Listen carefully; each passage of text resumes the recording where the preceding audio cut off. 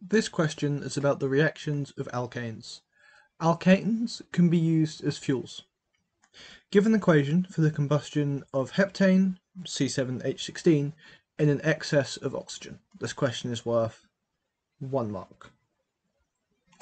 So the question is worth 1 mark, which means that all we need to do is give the equation with no extra justification or explanation for it required. So just a balanced equation will get us that 1 mark. So what we have here is the combustion of a hydrocarbon fuel. So this is heptane. So we've got C7H16, and we've been told it's been burnt in an excess of oxygen. So that means that we have complete combustion. So in a combustion reaction, what we're getting is a reaction of oxygen, a reaction with oxygen between the oxygen and our fuel. So the other reactant is going to be oxygen, O2. Then when it's complete combustion, what we will see is that our two products are carbon dioxide and water. So these are the species that will be in our reaction. Now we need to balance it. So the first thing we're going to do is we're going to look at the carbons involved. We see that we have 7 carbon atoms present in the molecule of our heptane, but on the right hand side of our equation we only have the 1 carbon here. So for every 1 mole of heptane, which is undergoes complete combustion, we are going to get 7 moles of carbon dioxide. That's the carbons balanced out. Then we're going to look at the hydrogen, the hydrogens involved. So we've got in our heptane there is 16 hydrogens, and there is only 2 on the right hand side of our equation. So for every 1 mole of heptane burnt, we're going to have 16 moles of hydrogen atoms, which means that we're going to have 8 moles of water molecules, as there are 2 hydrogen atoms in each water molecule. Finally, we need to balance the oxygen. So if we count up how much oxygen is present on the right hand side, we will see we have 14 from the carbon dioxide, so that's 7 by 2, and 8 from the water, as there is only the 1, and we have 8 moles of our water. So we're going to need 14 plus 8 moles of oxygen atoms, which is 22 moles of oxygen atoms, and as an oxygen molecule is O2, we're going to need half of that, so it's going to be 11 O2.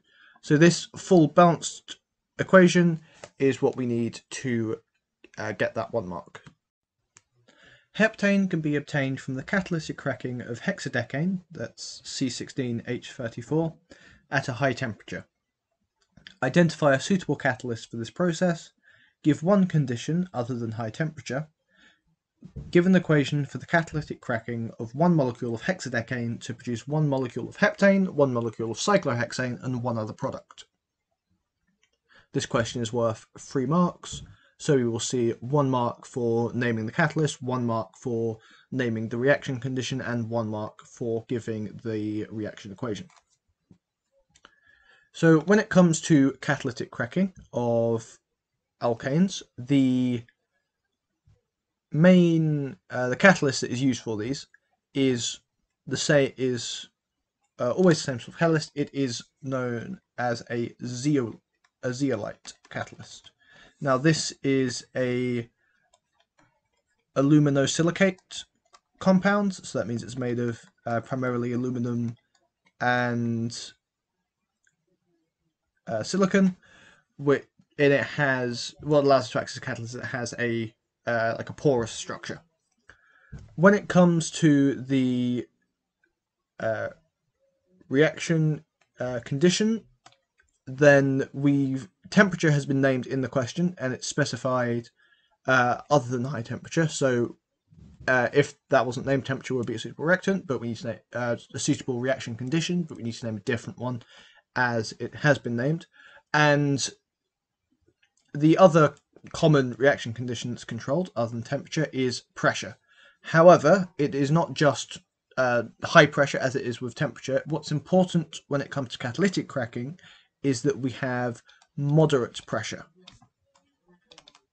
So this is equivalent to about 1 to 5 atmospheres of pressure. So up to about 500 kilopascals of pressure there. Then we need to actually write the equation for this reaction. So we start with our hexadecane, which is our C16H34, and this is cracked down into hexadecane. Cracked from hexadecane down to heptane, cyclohexane, and one other product. So the only reactant is the hexadecane, which is broken down.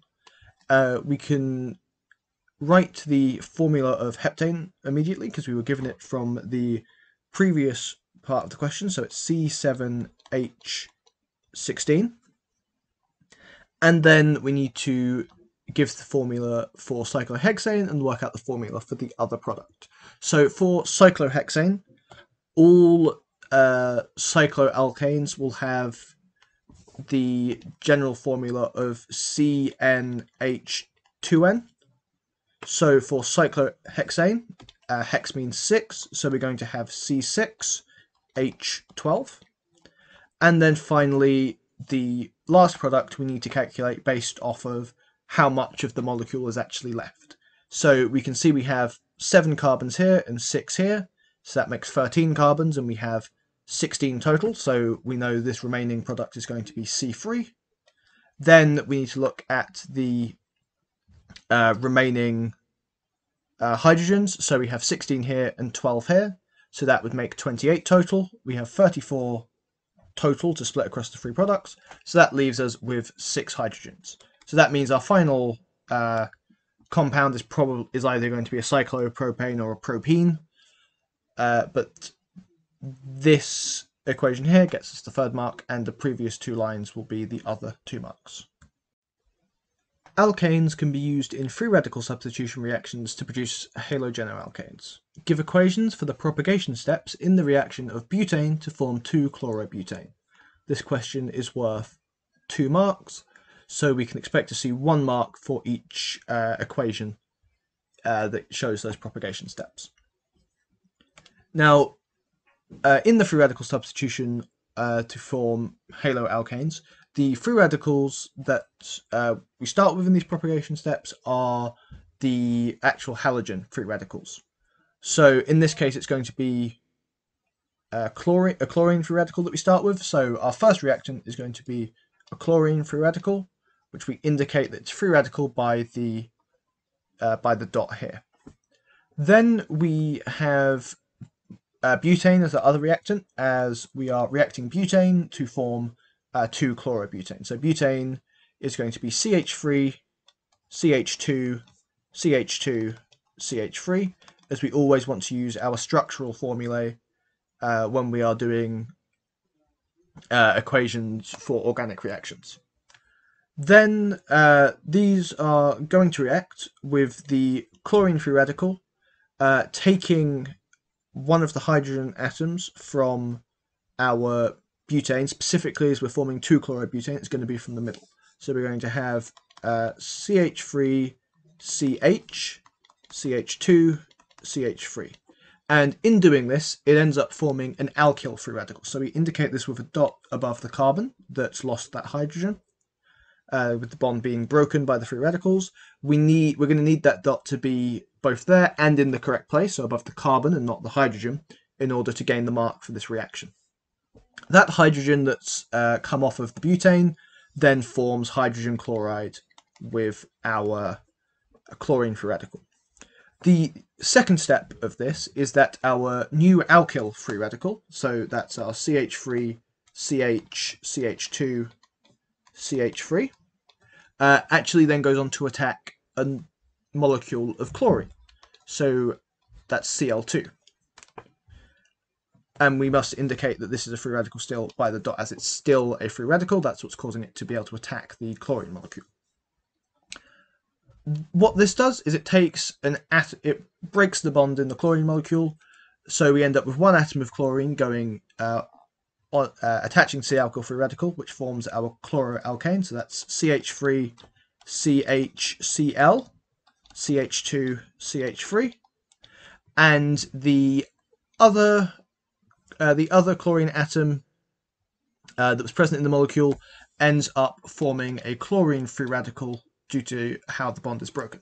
So this regenerates the chlorine free radical, so we end up with so it regenerates the chlorine free radical, which means that this reaction can then continue, which is what makes it the propagation steps, because this reaction can keep going until something occurs, which a termination step occurs, which stops the reaction. But we need both of these equations get us 1 mark, so the two of them together get us the 2. Chlorofluorocarbons, CFCs, are a group of halogenoalkanes currently banned in many countries. They cannot be used as solvents or refrigerants because of their effect on the environment. The structure of a CFC is shown. Identify the radical produced from the CFC that is responsible for the depletion of ozone in the atmosphere. Explain, with the aid of equations, why a single radical can cause the decomposition of many molecules of ozone. This question is worth 4 marks. So we will have 1 mark for naming the radical and then 3 marks for the explanation.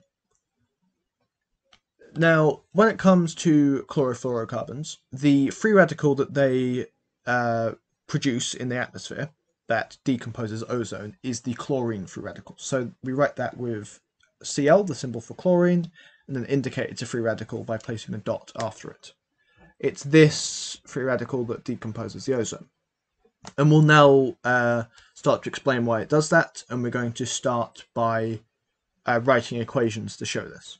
So what we will see is that we have our chlorine free radical, and this is going to react with a molecule of ozone. Now ozone is O3, like so, and a chlorine free radical interacts with ozone by taking one of the oxygen atoms out of this, forming a chlorine monoxide free radical, so that's ClO, and then we have the dot afterwards because this oxygen here has the extra electron, which allows it to act as a free radical.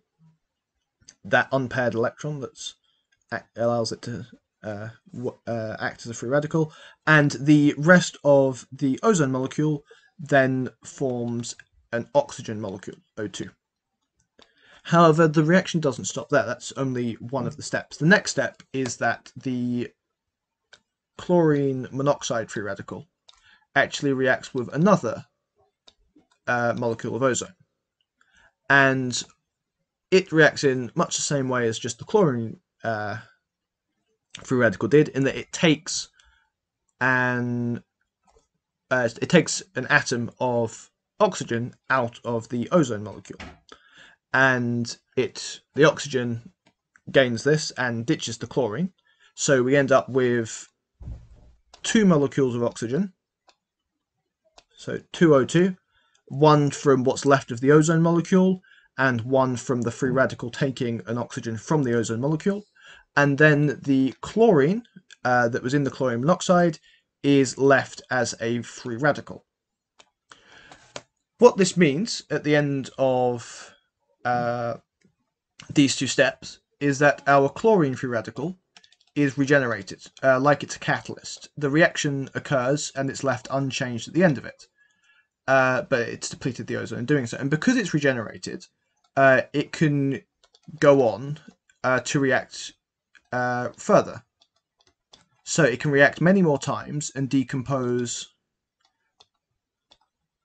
lots and lots, and just hundreds and hundreds of molecules of ozone with just the one chlorine free radical. As it's regenerated at the end of it, it can go on and keep reacting and reacting and reacting and decomposing lots of ozone. So in total with this question, with the explanation, we're going to have 3 marks, as one of them has come from this here of actually naming the free radical, but then we will have 1 mark for each equation in our explanation, and then 1 mark for explaining that the chlorine free radical is regenerated. So in total, that gets us to 4 marks for this question. Halogenoalkanes are useful compounds in synthesis. A reaction pathway is shown. We have CH2OH branched, CH3 branched, CH2Br reacting with sodium hydroxide to replace that bromine group with another alcohol group. Then it undergoes a second reaction to form the compound C4H6O2 before undergoing a third reaction to form compound Z. Give the IUPAC name for CH2OH CH3 CH2Br. This question is worth 1 mark. So the first thing we are going to do to determine the IUPAC name for this compound is we're going to draw its structure, its full display structure, rather than the structural formula given in the question. So we're going to go through the formula we've been given to draw out the structure. So to begin with, we have our CH2 group, and this has an OH group, an alcohol group, bonded to it. Then we have a CH group with 1 hydrogen, because this has a methyl group, that's CH3, branched off of it. After that, we have another CH2, and this time it has a bromine atom attached to it. So that's our full structure. With CH2OH, CH, CH3 branched, CH2Br. Now that we've got that, we can start to work out the name for the compound. So the first thing we do when we're finding an IUPAC name is to look at the main carbon chain to find the root of the word. And in this case, we have 1, 2, 3 carbons in our main chain. So we're looking at the compound name is going to have a root of propan, which is corresponding to 3. Next, we want to have a look at the groups we have in addition to this just main alkyl chain. We've got 3. We've got a alcohol group here, we've got a methyl group here, and we've got a bromo group here. So out of these 3 groups, we want first of all the one that's going to give us a suffix. So that's the alcohol group in this case, which is going to give us the suffix ol. And we're going to take the number for this group. So we're going to start by saying that this carbon here is carbon 1. So we have propan 1 ol.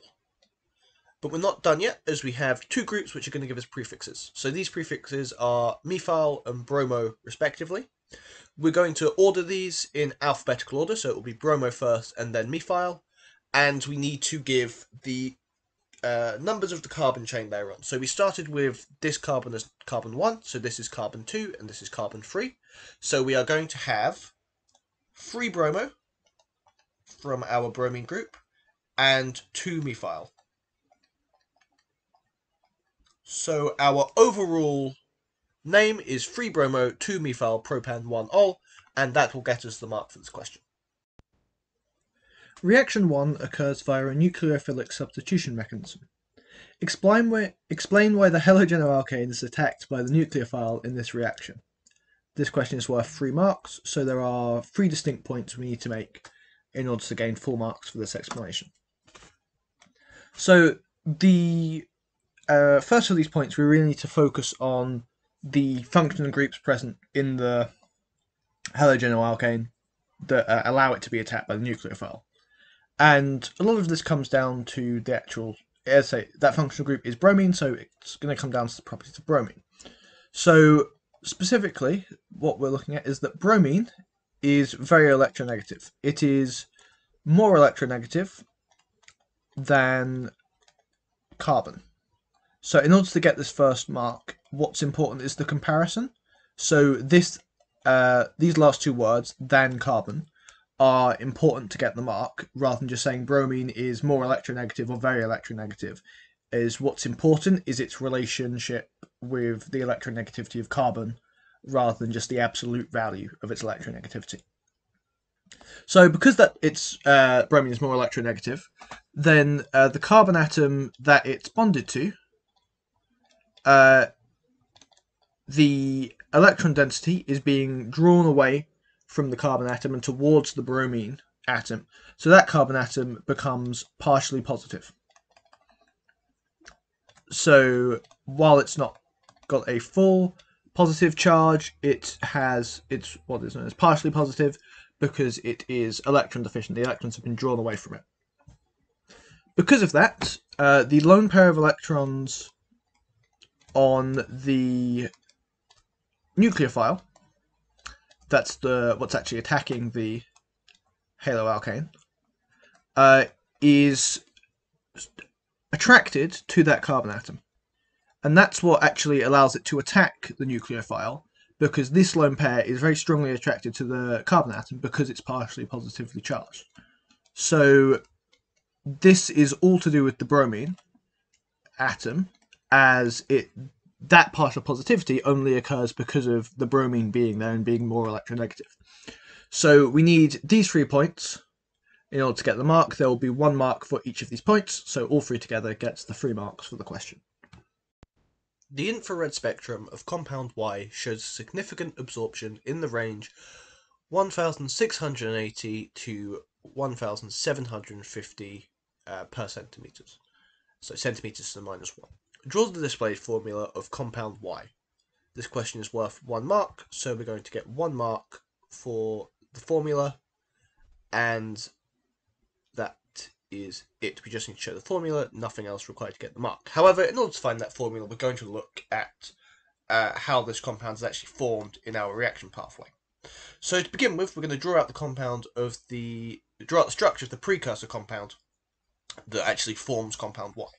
So this had a main carbon chain that looked like so, where we had a 3 in the main chain and then 1 branched methyl group. And then on each of these end carbons we had alcohol groups. So we have CH2OH on each of these. Like so. This is then what's going to form compound Y, and this is reaction 2 on the pathway. Now, the key thing of what we're going to form lies in what it tells us about the absorption spectrum of compound Y, because this is going to give us an indication of what's actually happened to this compound. Now, this absorption number here, the range they've given, corresponds to the bond C double bond O, a carbonyl group, and this can be found on the datasheet it will be given to you with your test. Now, we can see that this is we've got C double bond O here, and what we can see with this reaction is that the main carbon chain is going to remain the same. What we're going to see react is actually the functional groups present, which are these alcohol ones. And as we now have a carbonyl group, we can expect to see that the alcohol groups are going to be oxidized to carbonyl groups. So our main carbon chain remains the same. We have our 3 in our main chain, and then the branched methyl group, like so. And this hydrogen here is still consistent. But the difference comes on these end carbons. Instead of having CH2OH, we are now going to have CHO, because we're going to have a carbonyl group on each of these. So this is the displayed formula for compound Y, and that's what we need to get the 1 mark. Compound Z has the empirical formula C3H4NO. Give the structure of compound Z, suggest the reagent for reaction 3. That's the reaction which forms compound Z from compound Y. This question is worth 2 marks, one of which will be for the structure of compound Z, the other for the reagent in the reaction. So to begin with, to find the structure of compound Z, we really need to look at the structure of the compound it's formed from. So this compound was formed from compound Y, which we have found the structure for in a previous question. It has 2 carbonyl groups on either end of a 3 carbon chain, like so. So we have 2 carbonyl groups. So that's our C double bond O, with 1 carbon between them, and on that middle carbon we have a methyl group branched off. So there's our CH3. And this is our precursor compound, the one we're forming compound Z from. And we can see from this that the main functional groups present here are our carbonyl groups on either end here. And these are vulnerable to addition reactions because of this double bond here in that group. So we can expect to see that whatever the actual molecular formula is for this compound Z, it's going to have it's going to be more than was in this here. So the molecular formula for this compound is C4H6O2, and we need to look and work out what multiple of the empirical formula we are going to have as our molecular formula. So this is likely to be an addition reaction, and in such an addition reaction with carbonyl groups, what happens is that carbonyl group goes to a hydroxyl group, so it becomes an alcohol group. So we can expect to see that we'll have the same number of oxygen molecules present in compound Z. So with that in mind, we would expect to see C6H8N2O2 as our molecular formula. And we can do a little bit of comparison of these to work out what's being added. So if we look with this formula, we have 2 more carbon atoms, 2 more hydrogen atoms, and 2 more nitrogen atoms, which would be consistent with the addition of 2 molecules of hydrogen cyanide, which, as we have 2 carbonyl groups, is entirely possible, as we have 2 places that this addition reaction could occur.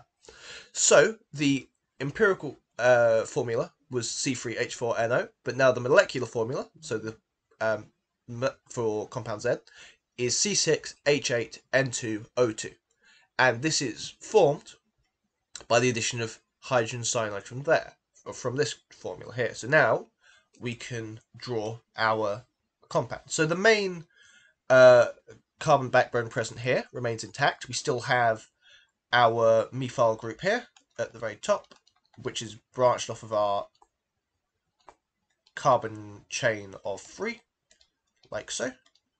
However, where it changes is on these carbons here. So first of all, our carbonyl groups have become hydroxyl groups. So instead of being double bond O, it's now just OH. We also have an additional hydrogen on each of these carbons. The additional hydrogen comes onto the oxygen molecule here, but we have our other hydrogen on each of these carbons. So the hydrogen gained from the hydrogen cyanide is the one present on the oxygen, but we still have a hydrogen atom on the carbon. Then we have the addition of the cyanide ion. So this is another carbon bonded to each of these, and then we have double bond N, like so. Triple bond N. This is a nitrile bond, so we have C triple bond N, that is our cyanide ion, and we have, all in all, between the hydrogen here and the cyanide ion here, which is a triple bond, we have the addition of hydrogen cyanide, and this occurs twice across the molecule. And now we can look at the reagent. However, the reagent for this reaction is not just hydrogen cyanide, as this is a really toxic and dangerous chemical. So instead of using hydrogen cyanide, instead potassium cyanide is used. That provides the cyanide ion. However, we still need a way of providing the hydrogen. So the way we provide the hydrogen ion for this reaction is using a second reagent, which is dilute acid. And that will get us the second mark, the structure gets us the first, so that's the 2 marks for this question. The oxidation of propan-1-ol can form propanol and propanoic acid. The boiling points of these compounds are shown in Table 1. In a preparation of propanol, propan-1-ol is added dropwise to the oxidizing agent, and the aldehyde is separated from the reaction mixture by distillation. Explain with reference to intermolecular forces why distillation allows propanol to be separated from the other organic compounds in this reaction mixture.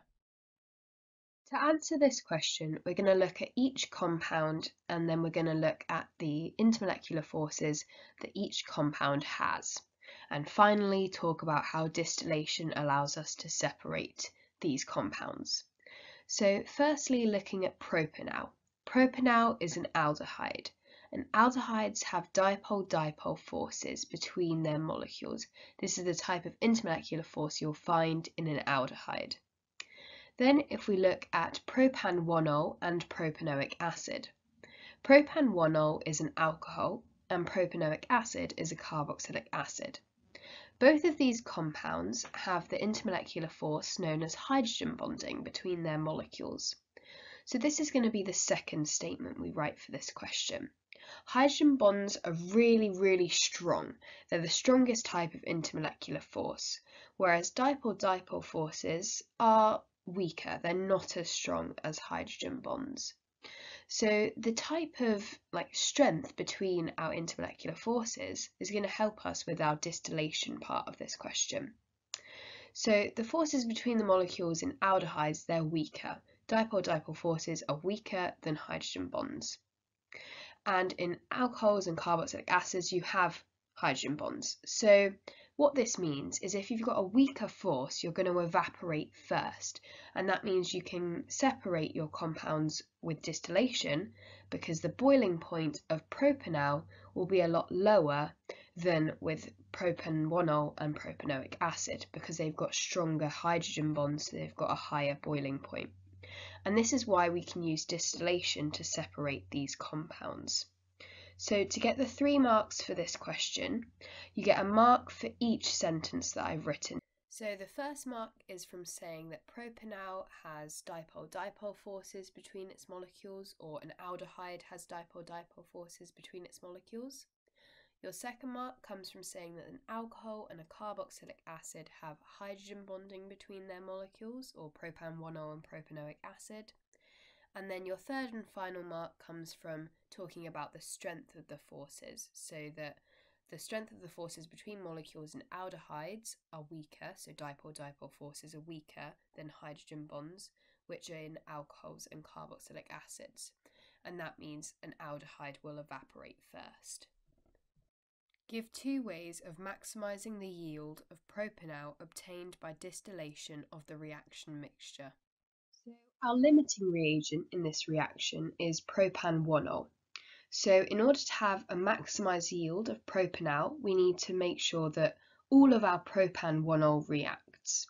And in order to do this, we need to keep the reaction mixture below the boiling point of propan-1-ol, which is 97 degrees Celsius, and this means we're going to stop it evaporating in this reaction. So that's going to be our first mark and our first point. Then to get our second mark and our second point, we can say that we can cool the distillate or the collecting vessel. And this means that more propanal is going to come through the condenser and into our fraction and therefore maximise the yield of propanal that we obtain. And this is for our second mark. Describe how you would carry out a simple test tube reaction to confirm that the sample of propanal obtained by distillation does not contain any propanoic acid. So this question is asking you for a test for an acid. So the most common test for an acid is that you add a carbonate. Here I've chosen sodium carbonate, or you can add magnesium. And this is to a sample of the distillate. It's important that you write sample of the distillate here and not just distillate, because otherwise you're going to react your whole distillate with sodium carbonate and you don't want to do that.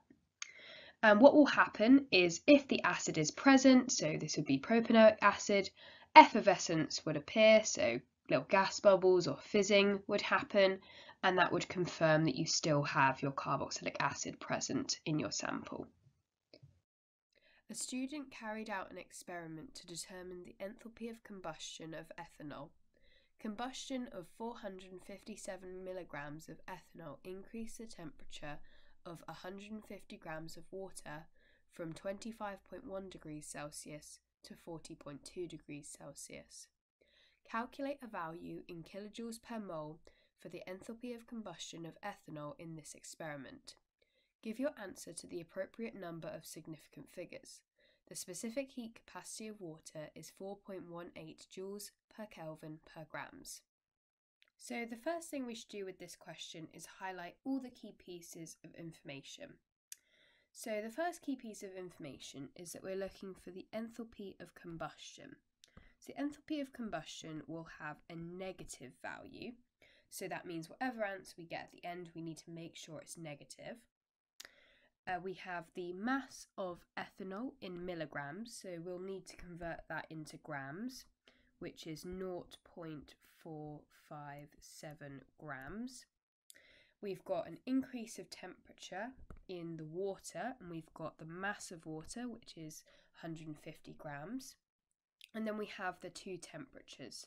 So we're going to want to work out the delta H for this question. So the actual question is asking us to give our value of the enthalpy of combustion in kilojoules per mole. So this is something also to be aware of at the end. We need to make sure it's definitely in kilojoules per mole.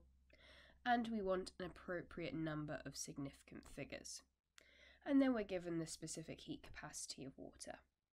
So the equation we're going to use in this question is Q equals mc delta T.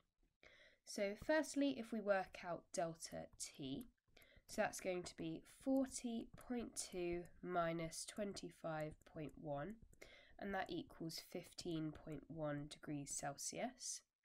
We have C, which is given in the question, it's 4.18 joules per Kelvin per gram. And then we have the mass. So we're going to use the mass of water because that's the thing that we're actually heating up. That's what the temperature change is happening in. So that's why we use the mass of water. So that's 150 grams. So now we can work out Q, which is going to be 150 multiplied by 4.18 multiplied by 15.1. And if we type this into our calculator, we get 9,467.7 joules, and we want our answer in kilojoules per mole, so we can convert this into kilojoules, which will be 9.4677 kilojoules. Next, we need to work out moles. So the equation triangle for working out moles is we've got mass, and mass is equal to moles times the relative formula mass. So if we're trying to work out moles, we need to take the mass and divide it by the relative formula mass. So we have the mass of ethanol, that's 0.457 grams, and then we divide it by the relative formula mass of ethanol, which is 46. And that's going to give us an answer of 9.93 times 10 to the negative 3 moles. So now to work out the enthalpy of combustion. So that's going to be 9.4677 kilojoules divided by 9.93 times 10 to the negative 3 moles, and that's going to give us 953 kilojoules per mole. But we need to remember that our answer is going to be negative, so we just need to put a negative sign in front of our answer. So that's minus 953 kilojoules per mole, and this is to 3 significant figures, which is an appropriate number of significant figures for this question because all of the pieces of data we've been given are to 3 significant figures, so we're matching what we've been given in the question. So to get the 3 marks for this question, you get a mark for using the Q equals mc delta T equation, so getting your energy, so that can either be 9,467.7 or 9.4677. But both of these would get you 1 mark. And then you get your second mark for working out the number of moles, so this is 9.93 times 10 to the negative 3 moles. And then you get your third and final mark for working out the enthalpy of combustion to 3 significant figures. So this is negative 953. A mixture of isomeric alkenes is produced when pentan-2-ol is dehydrated in the presence of hot concentrated sulfuric acid. Pent-1-ene is one of the isomers produced. Name and outline a mechanism for the reaction producing pent-1-ene. So this mechanism is called an elimination mechanism. And there are 2 types. You can either have E1 or E2. So I'm going to go over E1 to start with. So if we draw out pentan-2-ol, so we have CH3 CH2, CH2, CH3, and then we have our alcohol group on carbon number 2, and then a hydrogen to make sure that carbon has 4 bonds. And then we're reacting with hot concentrated sulfuric acid. So that's going to be H+. So if we write H+ here, we have a lone pair on the oxygen that will be attracted to the positive H+, and curly arrows always go from something negative to something positive. And then this is going to produce our intermediate. So we have CH3, CH2, CH2, CH3, and then we have H and OH2+. And then we're going to lose water because water is a very good leaving group. So our reaction is quite happy to do this. So we get CH3, CH2, CH2, carbon, CH3, and then we have H and a positive charge on the carbon because we've lost water. So we could write that water is being lost here, so minus H2O. And then what we're going to do is we're going to slightly rewrite our product here. So we have CH2, and then we're going to draw our hydrogen bond out separately.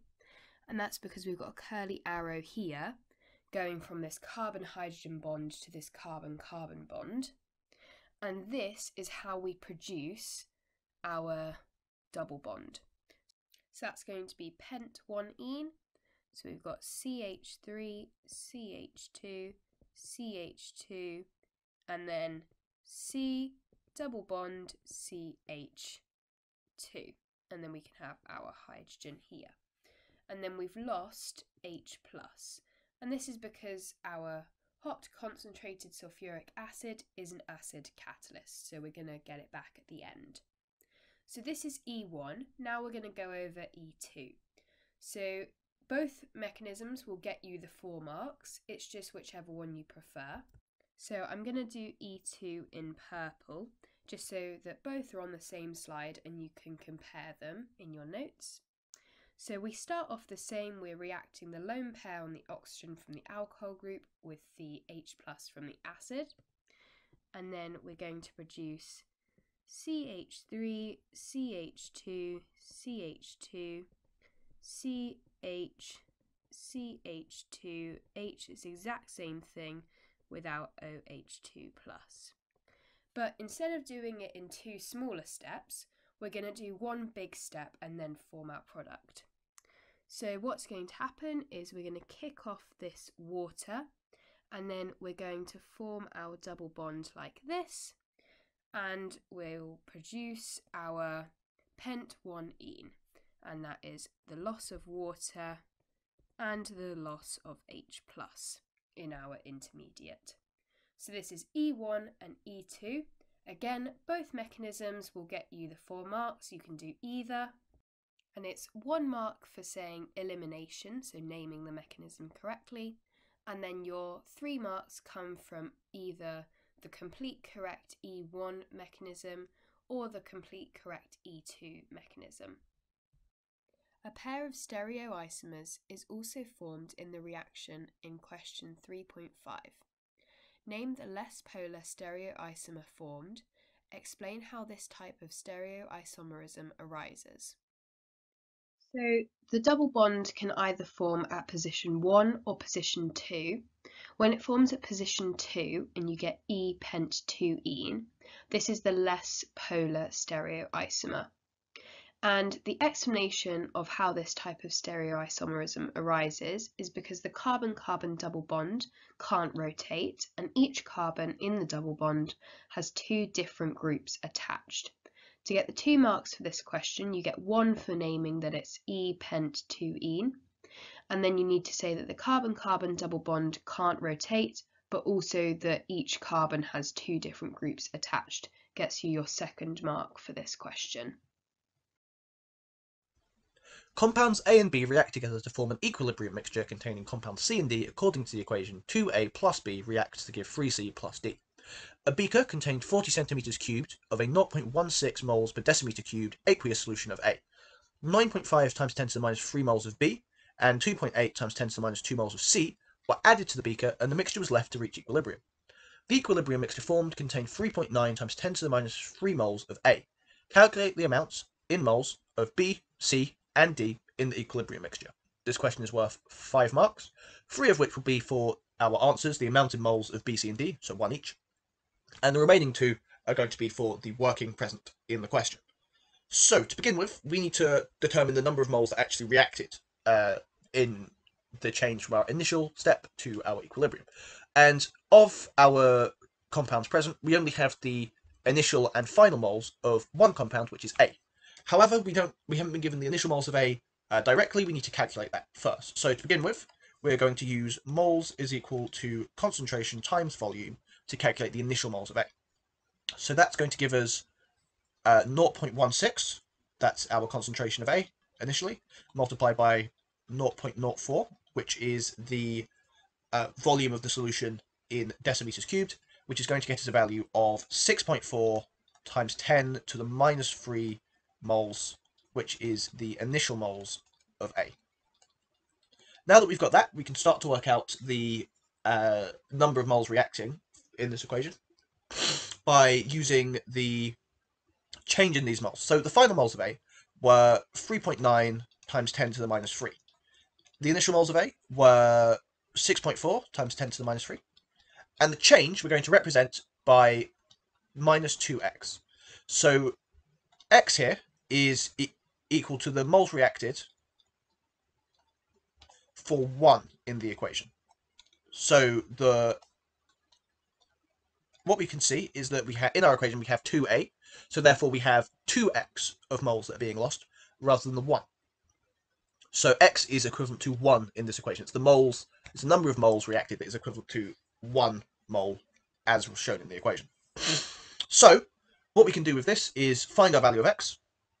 So we are going to rearrange the equation to get x is equal to 6.4 times 10 to the minus 3, subtract 3.9 times 10 to the minus 3, all over 2, which gets us a value of 1.25 times 10 to the minus 3 moles.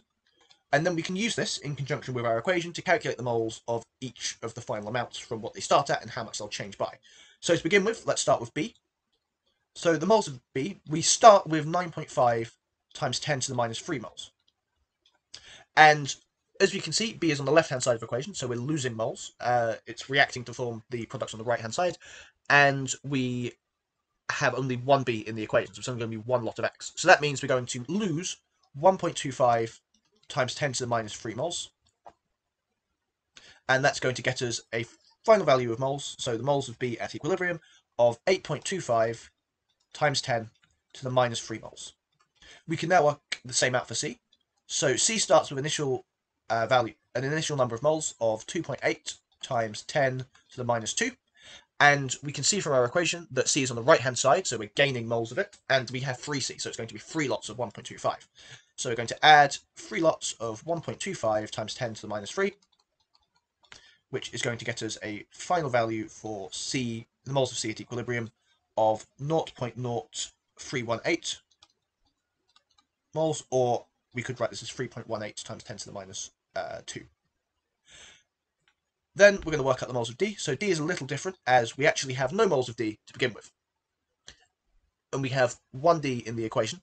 So we're going to essentially have 0 plus 1 lot of 1.25 times 10 to the minus 3. So the final moles of D at equilibrium are 1.25 times 10 to the minus 3 moles. So we can now write these into our answer lines. So we have 8.25 times 10 to the minus 3, 0.0318 times 10, 0.0318, just moles for C, and for D we have 1.25 times 10 to the minus 3. When it comes to the marks for this question, what we will find is that we have, first of all, we get 1 mark each for each of these values of moles here. So that's 3 of the 5 marks. The remaining 2 come from our working. The first comes from calculating the initial value of moles for A, and the second comes for this value of X here. So together, that's our full 5 marks for this question. Give the expression for the equilibrium constant Kc for this equilibrium and its units. This question is worth 2 marks, so we're going to get 1 mark for the expression and 1 mark for the units of that expression. When it comes to expressions for equilibrium constants, whether that's Kc or Kp, the general layout is always going to be products over reactants. Whether that's with Kc, what we're using here is concentrations of each multiplied together, but each of them to the power of their own molar ratio. So in this case, our reaction equation was 2A plus B for our reactant side. It was a reversible reaction. And the product side was 3C plus D. So now that we're writing our expression, we're going to start with the upper half of the fraction first. So that means we're looking at the side of the products. So what we're going to see is this is going to be concentrations. So we indicate those with a square bracket. So we're going to have C. And then the molar ratio on C is 3. So that's going to be to the power of 3. And then that's going to be multiplied by the concentration of the other product. So that's D in this case. And then this is to the power of 1. So as it's the molar ratio of 1, so we don't write a power here. We can just leave that. Then we'll do the lower half of the fraction, which is using the side with our reactants. So we're going to start with A. So again, square brackets to indicate concentration. And then the molar ratio on A is 2, so that's going to be squared. Then we'll have B, which square brackets to indicate concentration, and then B.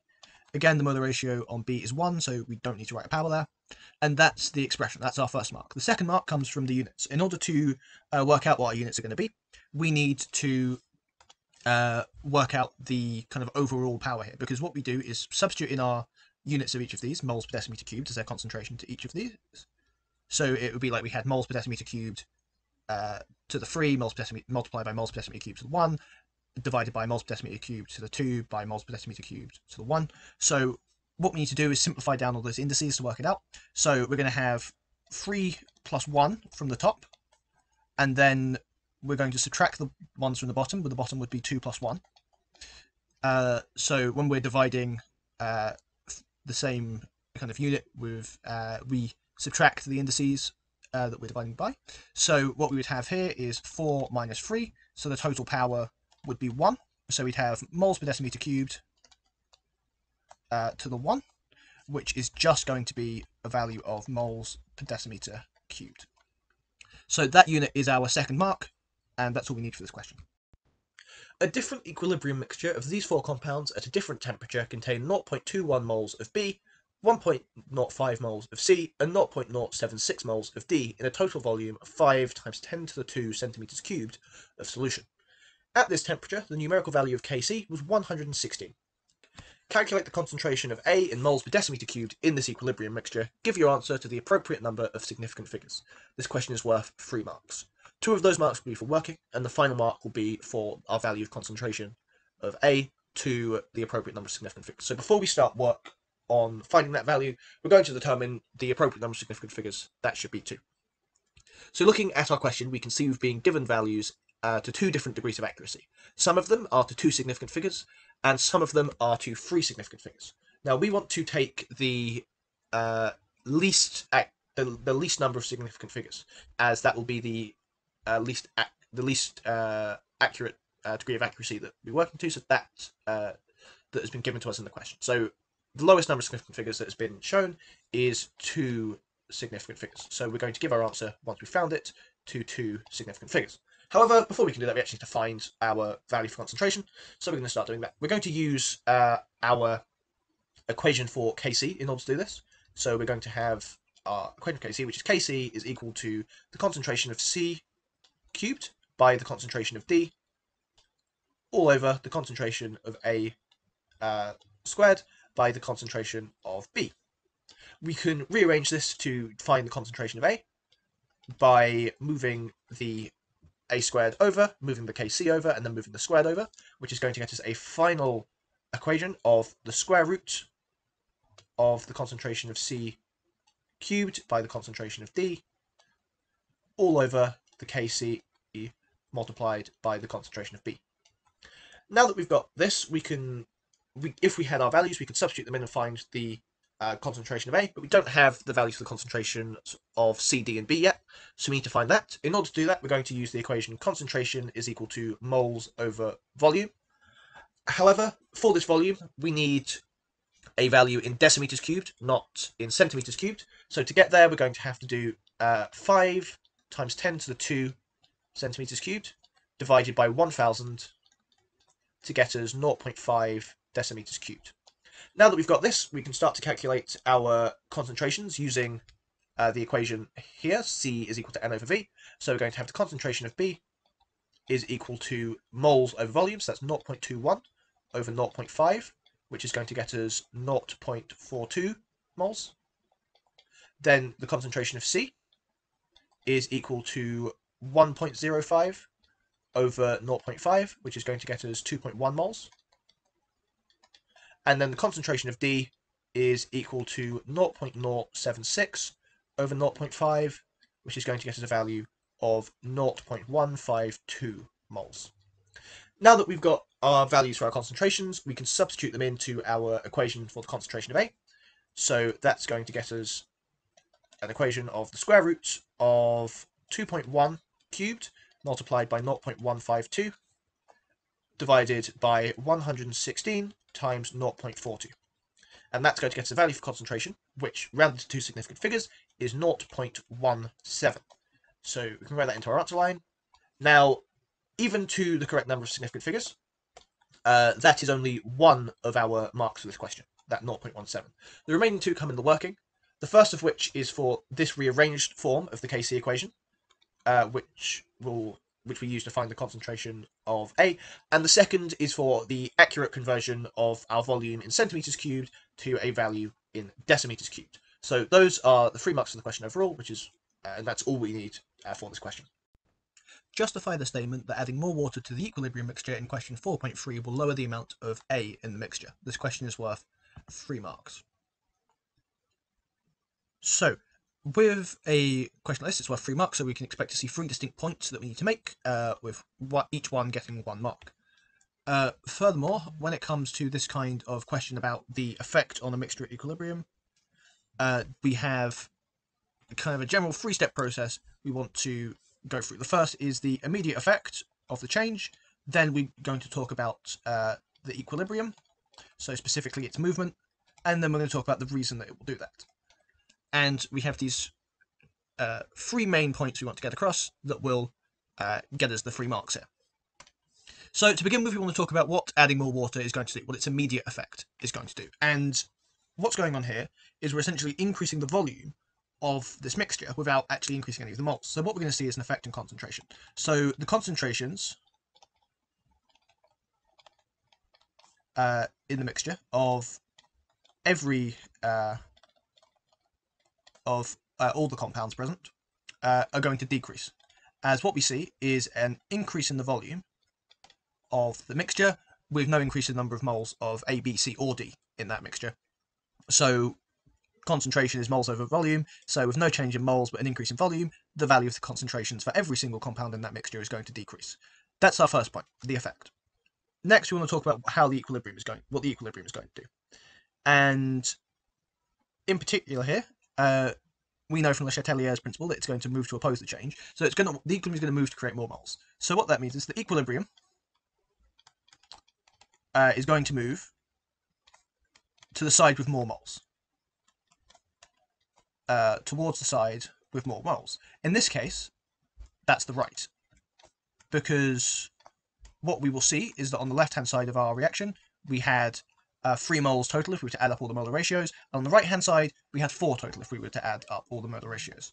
So we'll put here in brackets the right. So it's going to move over to the right-hand side because the total molar ratio on that side is higher.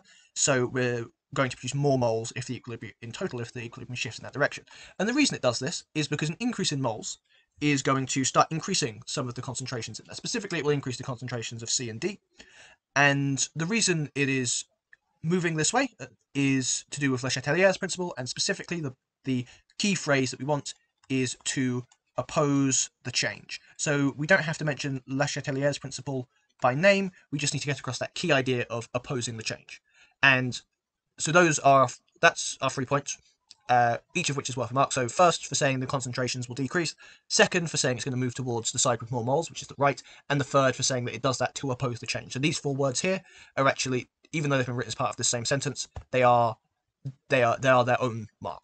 So those are the 3 marks of the question, and that's all we need for that. Bromate 5 ions and bromide ions react in acidic conditions according to the equation BrO3- plus 5Br- plus 6H+ reacts to give 3Br2 plus 3H2O. A series of experiments was carried out at a given temperature. The results were used to deduce the rate equation for the reaction. The rate equation is rate is equal to the constant K multiplied by the concentration of the bromate 5 ions multiplied by the concentration of the bromide ions multiplied by the concentration of hydrogen ions squared. Table 2 shows an incomplete set of results. We have 4 experiments, the initial concentrations of each of the 3 species in the rate equation, and the initial rate of reaction, but there are some gaps in the table. Use the data from experiment 1 to calculate a value for the rate constant K at this temperature and give it to units. Give your answer to an appropriate number of significant figures. This question is worth 3 marks. So the question asks us to use the data from experiment 1 to find a value for the rate constant K. So to do this, we're going to use the rate equation that was given to us in the question, except we are going to have to rearrange it a bit to make K the subject. So we're going to start by rearranging that equation. So we're looking for a version of the equation where the rate we have K equals, so the rate constant equals.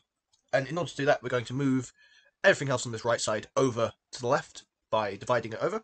So we're going to have the rate. So K is equal to the rate divided by the concentration of bromate 5 ions multiplied by the concentration of bromide ions multiplied by the concentration of hydrogen ions squared. So this is the rearranged form of the rate equation. Next thing we need to do is substitute in the values for experiment 1, or from experiment 1 into this. So we need to make sure we're looking at the correct line in our table. So it's going to be this one here, experiment 1. So we can start by finding the initial rate for this experiment. So that's 2.4 times 10 to the minus 2. So we have here on the top of this fraction 2.4 times 10 to the minus 2. And then we need to substitute in all the concentrations. So we have 0.1 times 0.2 times 0.3 squared. So those are our 3 concentrations. So then we have all the values into in our equation, and we can find our answer. But we need to give our answer to an appropriate number of significant figures, like the question said. So we need to identify what degree of significant figures we are going to use in order to actually gain the mark for the value for our answer. So we're going to look at the values we're using in the question, and we can see that each of these is to 2 significant figures. So we're going to give our answer to 2 significant figures. So that means that the value of the rate constant is 13, and that is one of our answers that we need. We still need to find the units. So the way we're going to do that is by substituting in the units for each of these values into our equation, and then resolving that algebraically in order to find it. So the unit for rate was moles per decimeter cubed per second, and then the units for each of our concentrations was moles per decimeter cubed. So we've got moles per decimeter cubed multiplied by moles per decimeter cubed multiplied by moles per decimeter cubed, all squared. So then this is going to simplify to moles per decimeter cubed per second over moles to the 4 per decimeters to the 12. So now that we've got that, we can resolve this fraction. So we've got 1 mole on the top. We've got 1 mole moles to the power of 1. On the bottom, we've got moles to the power of 4. So that's going to resolve to moles to the power of minus 3. On the top, we've got moles to the we've got decimeters to the minus 3. On the bottom, we've got decimeters to the minus 12. So that's going to resolve to decimeters to the positive 9. Then the seconds, we only have seconds to the minus 1 on the top, so that stays as seconds to the minus 1. So those are our units. Moles to the minus 3, decimeters to the 9, seconds to the minus 1. That's the second of our marks. The third mark comes in the working for this question, and very specifically it comes from this step here, where we have the rearranged rate equation with the value substituted in. So it's 1 mark for that, 1 mark for our value to 2 significant figures, and 1 mark for our units. And those are the 3 marks for this question. Complete table 2. Then there's some space for working. We have 3 marks, and if we scroll down to see table 2, we can see there are 3 gaps. So we will get 1 mark per gap in the table that we fill. So In order to fill these gaps in the table, we're going to need to use the rate equation we were given at the beginning of the question, where we were told that rate is equal to the rate constant, which we calculated to be 13, multiplied by the concentration of the bromate 5 ions, multiplied by the concentration of the bromide ions, by the concentration of the hydrogen ions squared. Now that we've got that, we can we can start working out the gaps present in this table. So we're going to start with this first gap here for the one in experiment 2. And in order to do that, we're going to need to rearrange the equation here to make the concentration of the bromate ions the subject. So in order to do that, we're going to move everything else on that side of the equation over. So we're going to have rate divided by K Br minus, concentration of Br minus by the concentration of H plus squared. Now, if we then substitute in those values, we're going to see that we have 3.6 times 10 to the minus 2 divided by 13 times 0.2 times 0.3 squared, which is going to get us a value of 0.15 moles per decimeter cubed. So the first gap here is 0.15. Next, we're going to look at this gap here, the one in experiment 3, where we're looking to find the initial rate. We don't have to rearrange this equation at all for that. We just need to substitute in all of the values. So we've got the rate is equal to 13 times 0.2, which is the concentration of bromate 5 ions for this one, multiplied by 0.4, which is the concentration of the bromide ions, multiplied by 0.5 squared, that's our hydrogen ion concentration, which gets us a value of 0.26 moles per decimeter cubed per second. So that's our second gap, 0.26. And then we now need to look at filling in the third and final gap here, where we're looking for the concentration of the hydrogen ions.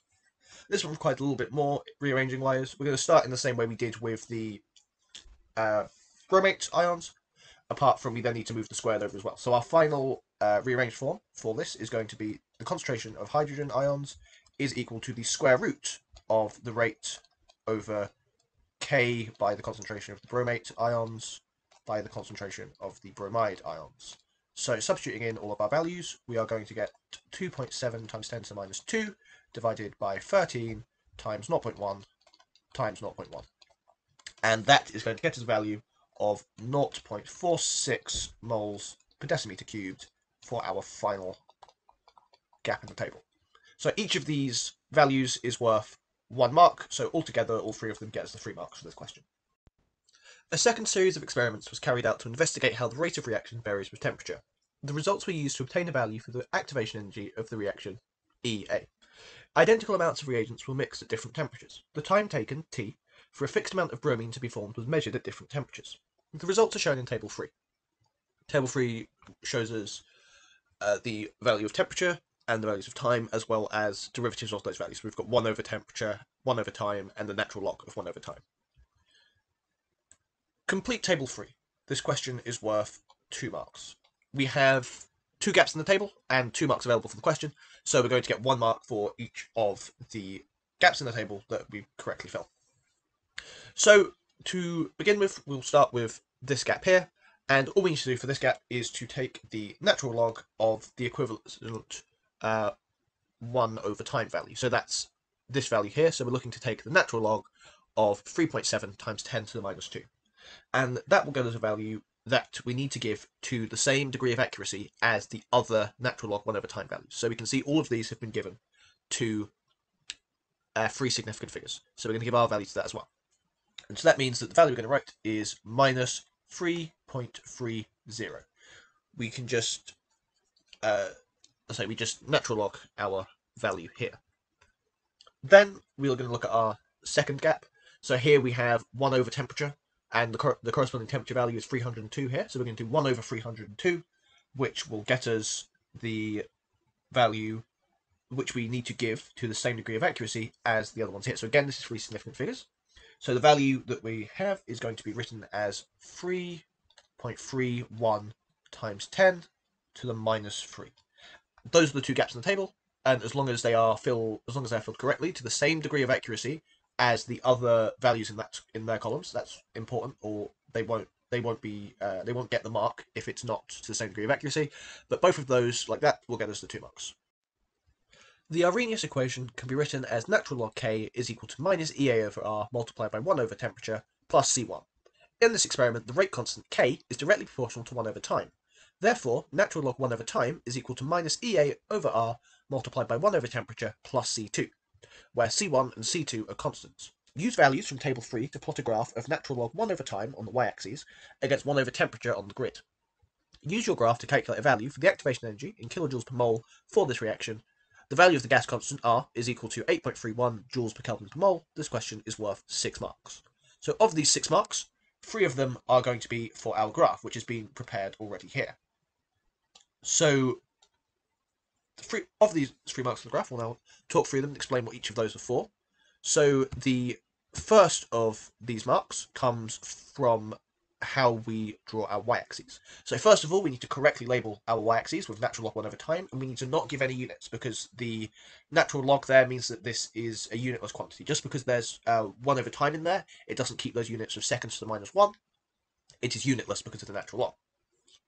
Then we also need, for this first mark, to have used an appropriate scale on our y-axes. An appropriate scale is any scale that means that the plotted points take up more than half of the grid space. So we've used every one of these large squares is worth 0.2. So that means the overall scale goes from -2 to -4. If instead we kind of half the scale, so this was 0.4 instead, and we went from -2 to -8, then the points would only take up half of the grid. They would only go from here to here, like so. And that would mean it was not an appropriate scale. So we need the plotted points to take up more than half of the grid space. That over here is mark number 1. Mark number 2 comes from plotting all the points correctly. So these here, this is mark number 2. Then the third and final mark for our graph comes from adding a accurate line of best fit to it. So that's our third mark for the graph. The remaining 3 marks come in the use of the graph in order to find the value for the activation energy. So if we look at our rearrangement of the Arrhenius equation, we can use this to work out how we should use our graph. So we had natural log 1 over time is equal to minus the activation energy over the ideal gas constant multiplied by 1 over temperature plus C2. This is analogous to y equals mx plus c. So we've plotted natural log 1 over time on the y-axis and 1 over temperature on the x-axis, which means that the gradient is going to be equal to the negative of the activation energy over the ideal gas constant. So what this means is, if we can find the gradient, then we can calculate the activation energy. Now, 2 points have already been marked out on the graph for us, or have been marked out in advance on this graph. And we can use these 2 points to find the gradient. In order to do this, we're going to use m is equal to y1 minus y2 over x1 minus x2. This is going to, we can then substitute in our values and use that to find the gradient. So we're going to have the 2 points marked on the graph. These points are 3.225 times 10 to the minus 3 minus 2.2 and 3.495 times 10 to the minus 3 minus 3.96. Those are our 2 coordinate points. So if we substitute those in, what we will see is we have minus 3.96 minus 2.2 over 3.495 times 10 to the minus 3 minus 3.225 times 10 to the minus 3. So simplifying that down, we have our fraction become minus 1.76 over 2.7 times 10 to the minus 4, which is equal to minus 6,520. So now we have our gradient, which may differ from a gradient you get from your graph if you're doing this separately. However, the way the mark scheme for this works is there is a valid range of your gradient, which as long as it falls within, you will get the mark. So finding the gradient is the first of our 3 analysis marks. Now that we have that, we need to actually use it. So we showed earlier that the gradient is equal to the activation energy over R. So using this, we can determine that the activation energy is equal to minus the gradient times the ideal gas constant, which is minus 6,520 times 8.31, which gets the value for the activation energy of 54,188.2 joules per mole. This is in joules per mole rather than kilojoules per mole because of the units of the ideal gas constant, which uses joules as the unit for energy there rather than kilojoules. So we then need to convert this from joules per mole to kilojoules per mole. So we're going to do that by dividing by 1,000, and then we're going to also, at this point, round it to 3 significant figures. So that is going to get us 54.2 kilojoules per mole, and that's our value for the activation energy. Now, the remaining two of our analysis marks comes from this section. The first is for doing the gradient multiplied by the ideal gas constant, and the final of the 6 marks is coming from the 54.2 kilojoules per mole for activation energy. Your answer may differ, as because this relies on calculating the gradient, there will be a range of answers from it. But the key step is getting it from the joules per mole that M times R will produce to kilojoules per mole. And those are the final 2 marks of the 6 marks for this question. Data about the hydrogenation of cyclohexene and of benzene are given. It shows that the hydrogenation of cyclohexene has an enthalpy change of minus 120 kilojoules per mole, and the enthalpy change of the hydrogenation of benzene is minus 208 kilojoules per mole. Explain the bonding in and the shape of a benzene molecule. Compare the stability of benzene with that of the hypothetical cyclohexyl 135 triene molecule. Use the data in your answer. This question is worth 6 marks.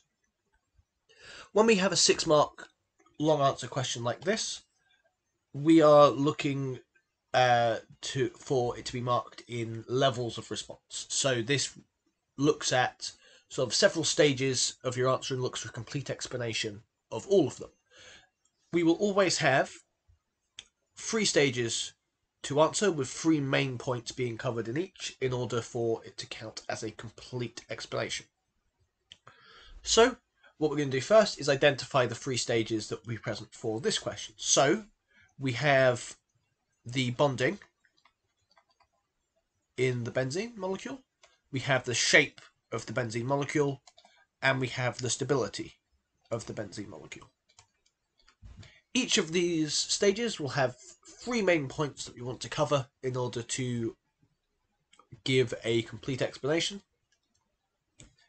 And altogether, those 9 main points will produce a full, complete, and coherent explanation, which will be what we need to get to the full 6 marks from the question.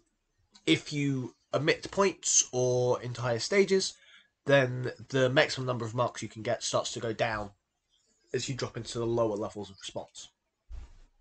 So to begin with, we're going to talk about the bonding in benzene. And we're going to start by just talking about the covalent bonds formed. So each carbon atom in the benzene ring forms 3 covalent bonds.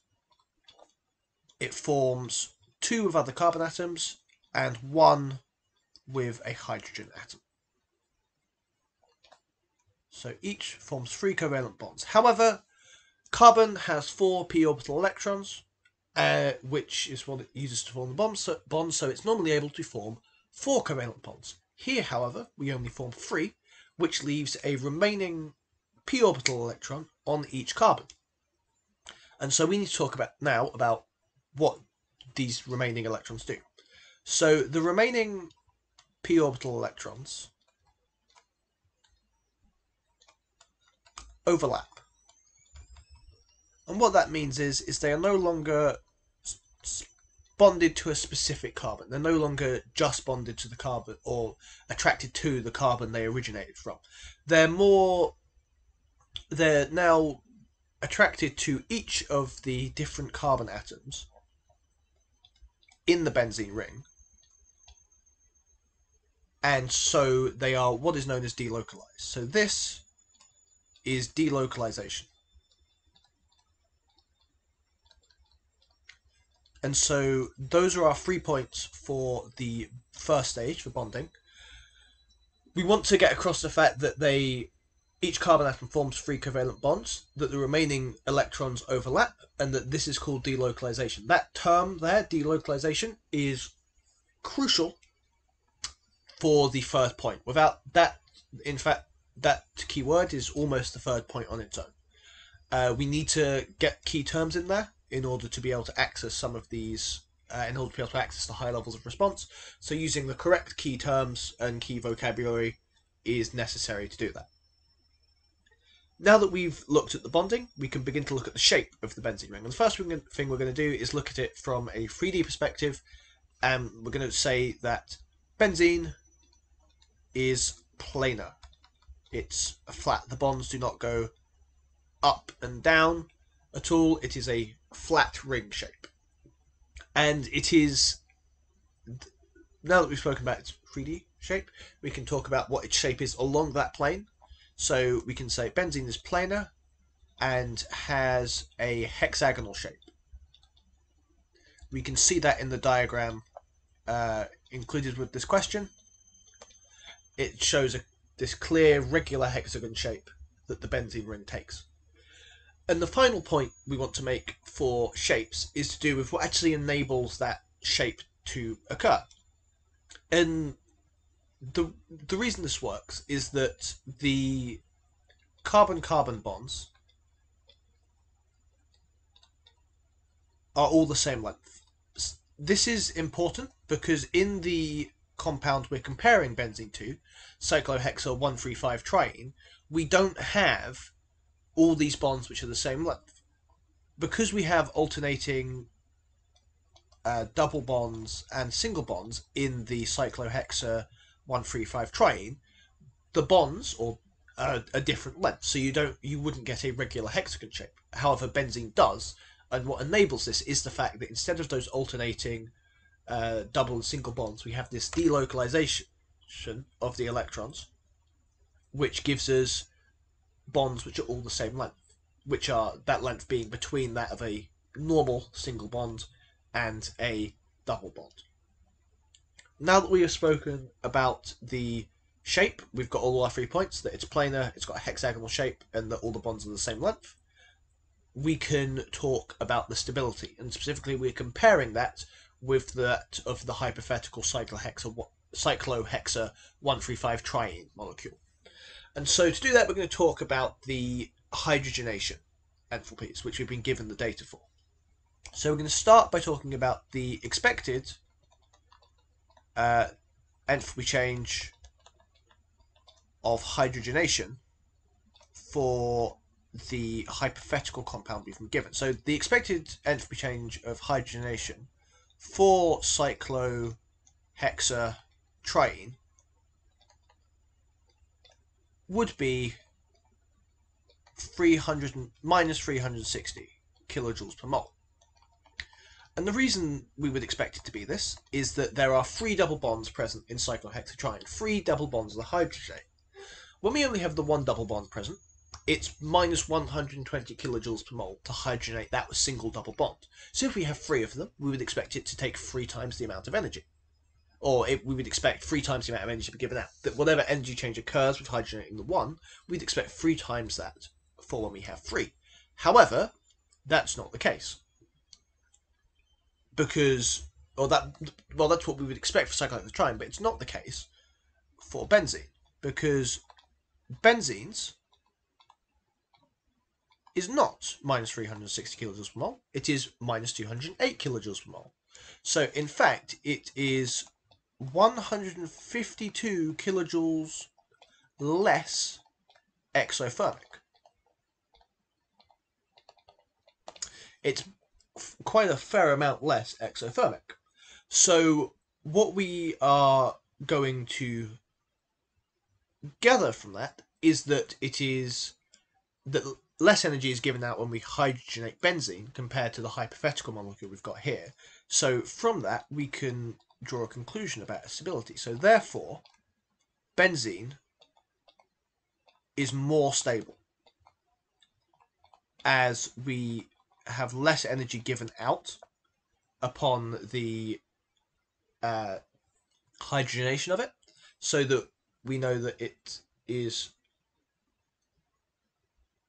there's less of that energy difference between states, so it's more stable and more able to stay in its unsaturated state here as a benzene ring than the hypothetical cyclohexo 135 triene is. What that does is complete our stability stage for this. So we've got our 3 points. The first being the expected enthalpy change for the cyclohexatriene, then showing how benzenes is different, and then drawing a conclusion about the stability of benzene from that. So those are the 3 points for each of our 3 stages, and that in it gives us a complete explanation, which would be worth the 6 marks. The enthalpy of hydrogenation of cyclohexa 1,3-diene is not exactly double that of cyclohexene. Suggest a value for the enthalpy of hydrogenation of cyclohexa 1,3-diene and justify your value. This question is worth 3 marks. So the 3 marks means that we're going to expect 1 mark for the value of the enthalpy of hydrogenation and 2 marks for the justification of it. So when it comes to what the value should be, the first thing we're going to do is actually and work out what the double of the value for cyclohexene would be. So cyclohexene had a enthalpy of hydrogenation of minus 120 kilojoules per mole. So the double that would be minus 240 kilojoules per mole. Now, we aren't going to need an exact value for the enthalpy of hydrogenation for cyclohexa 1,3-diene. It's going to be a range of values. And what we need to understand is whether or not it's going to be greater than or less than this value here. Now, because of the additional double bonds, we could expect it to be less than this value, but it's still going to be greater than the value for cyclohexene. So what we're looking for is something between minus 121 kilojoules per mole and minus 239 kilojoules per mole. So we're going to go with minus 164 kilojoules per mole, but any value within this range is fine. It needs to be greater than the value for cyclohexene, but less than the value of double that. And now let's look at why. So the first thing to realise about cyclohexa 1,3-diene is that the double bonds within the molecule, which we have 2 of, indicated by the di in front of the "ene" suffix, are separated by a single bond. And we can see that from the numbers present in the compound name. Because we have 1 and 3, that means they don't share a carbon that they're bonded to. There is another bond between them. So that's the first point of our justification, that they are separated by a single bond. And this separation allows for a small amount of delocalization from the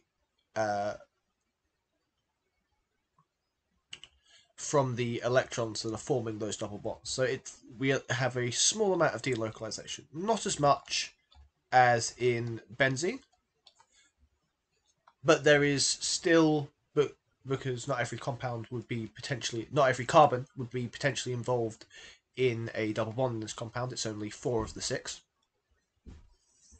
whereas in the triene version, all 6 would be involved. So there's less delocalization than in benzene, but there still is some delocalization, which makes the compound, which makes that molecule more stable. So that is the second point of our justification, So we have 3 marks total for this question. 1 for a value between this range, so minus 164, for example, and 1 for saying that the double bonds are separated by a single bond, and 1 for explaining that that allows for delocalization. So all in all, that's our 3 marks for this question. Acyl chlorides are useful reagents in synthesis. They react with aromatic compounds and also with alcohols. CH3CH2COCl reacts with benzene in the presence of AlCl3 in an electrophilic substitution reaction. Give an equation for the reaction of CH3CH2COCl with AlCl3 to form the electrophile. Outline a mechanism for the reaction of this electrophile with benzene. This question is worth 4 marks. We're going to get 1 of those marks for this equation, and the remaining 3 will come from the mechanism. So, the equation for the reaction of CH3CH2COCl, our acyl chloride, with our trichloroaluminate here, is we're going to start with those as our reactants. So we have our CH3CH2COCl. That's an acyl chloride, and as it has a carbon chain length of 3, that's going to be that's propyl chloride.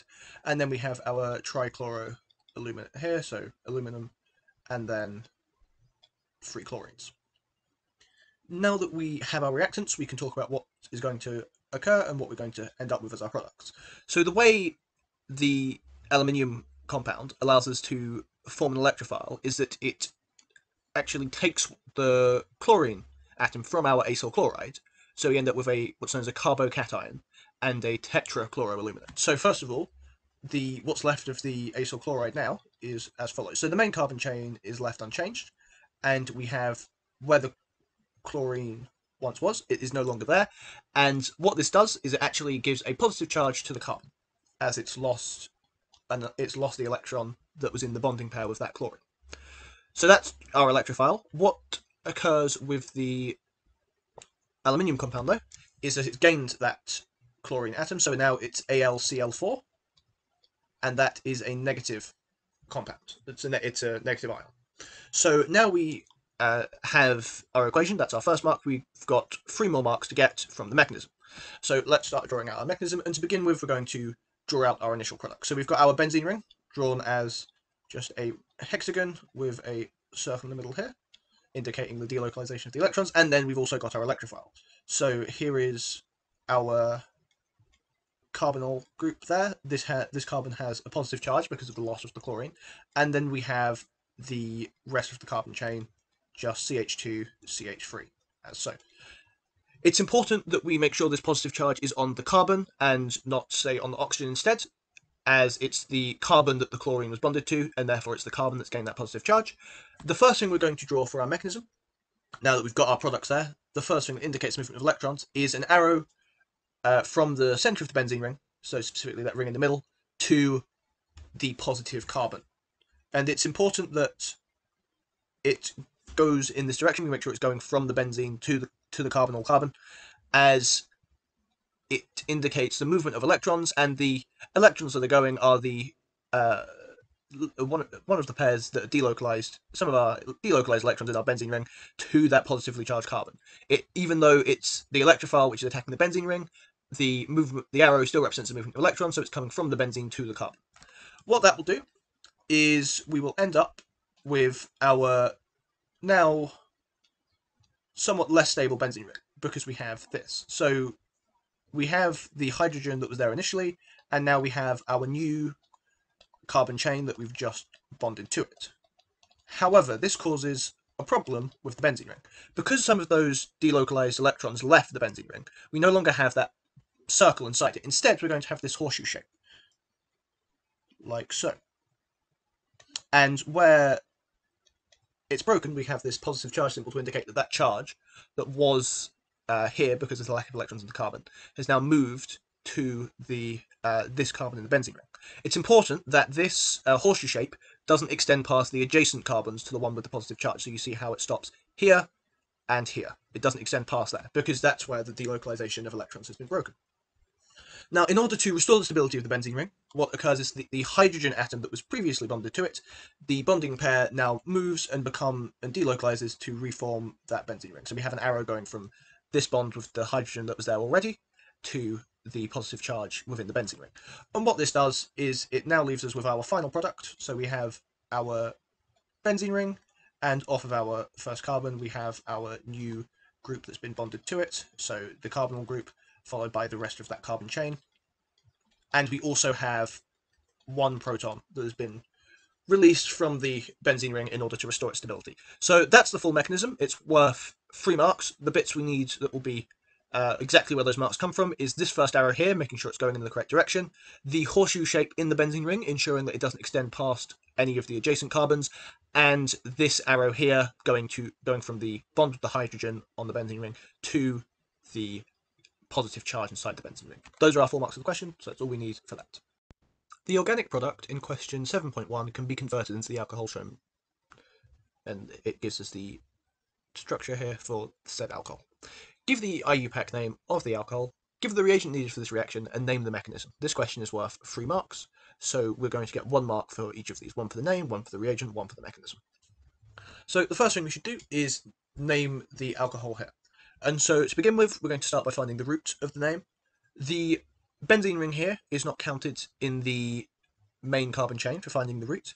So instead, we're going to just look at these carbons here. So we have 1, 2, 3 carbons. So we're going to begin with a root of propan. Next, we're going to look at what functional groups are attached to this chain. And we've got 2 of them. We've got our alcohol group here, and we have the benzene ring here, which is a phenyl group. So these are our 2 functional groups that are going to add on to this name. The alcohol group is the one that's going to give us the suffix, which will be ol, and we're going to start by using this carbon here as carbon 1. So it's going to be propan 1-ol. Then we need to look at the other group present, the phenyl group, and how this is going to add on. So again, it's on carbon 1, and the prefix used is phenyl, so we have 1 phenyl propan 1-ol. That is the IUPAC name for this compound.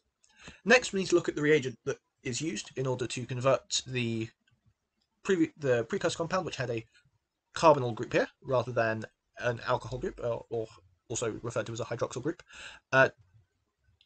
We need to understand how we're going to convert that compound with the carbonyl group to an alcohol group.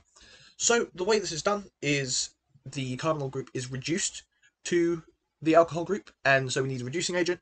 And specifically, there are a few that we can use, but the key feature is that they produce hydride ions. That's H-. So the most common one that is given is sodium borotetrahydride. So that's, or tetrahydridoborate, as it's often referred to. So sodium Na tetrahydrido H4 borate, boron B. So that's the most common one. We could also have lithium aluminium hydride, which is as follows. So it could also be LiAlH4. The key thing that ties these together is the presence of the hydride ion. That's the H-, which makes up that, which is what these H4s are in these compounds. But either of those would be acceptable and would get the mark. Next, we need to look at the actual mechanism that occurs, what that mechanism is. And to do that, we're going to actually look quickly at the carbonyl group, as that's the functional group that from the previous compound that's reacting, and how the electronegativities interact with each other. So we have a carbonyl group here, and in our carbonyl group, the oxygen is very electronegative. So we have a partial negative charge on that oxygen and a partial positive charge on that carbon. So that gives us the first hint as to what type of mechanism this is going to be, as it's this partially positive charged carbon that is attacked. And in doing so, the attacking compound must be a nucleophile. So the first part of our mechanism is going to be that it is nucleophilic. Then we need to look at what is going on between these 2 steps, and we can see that things are only being added to this compound. We're not losing anything.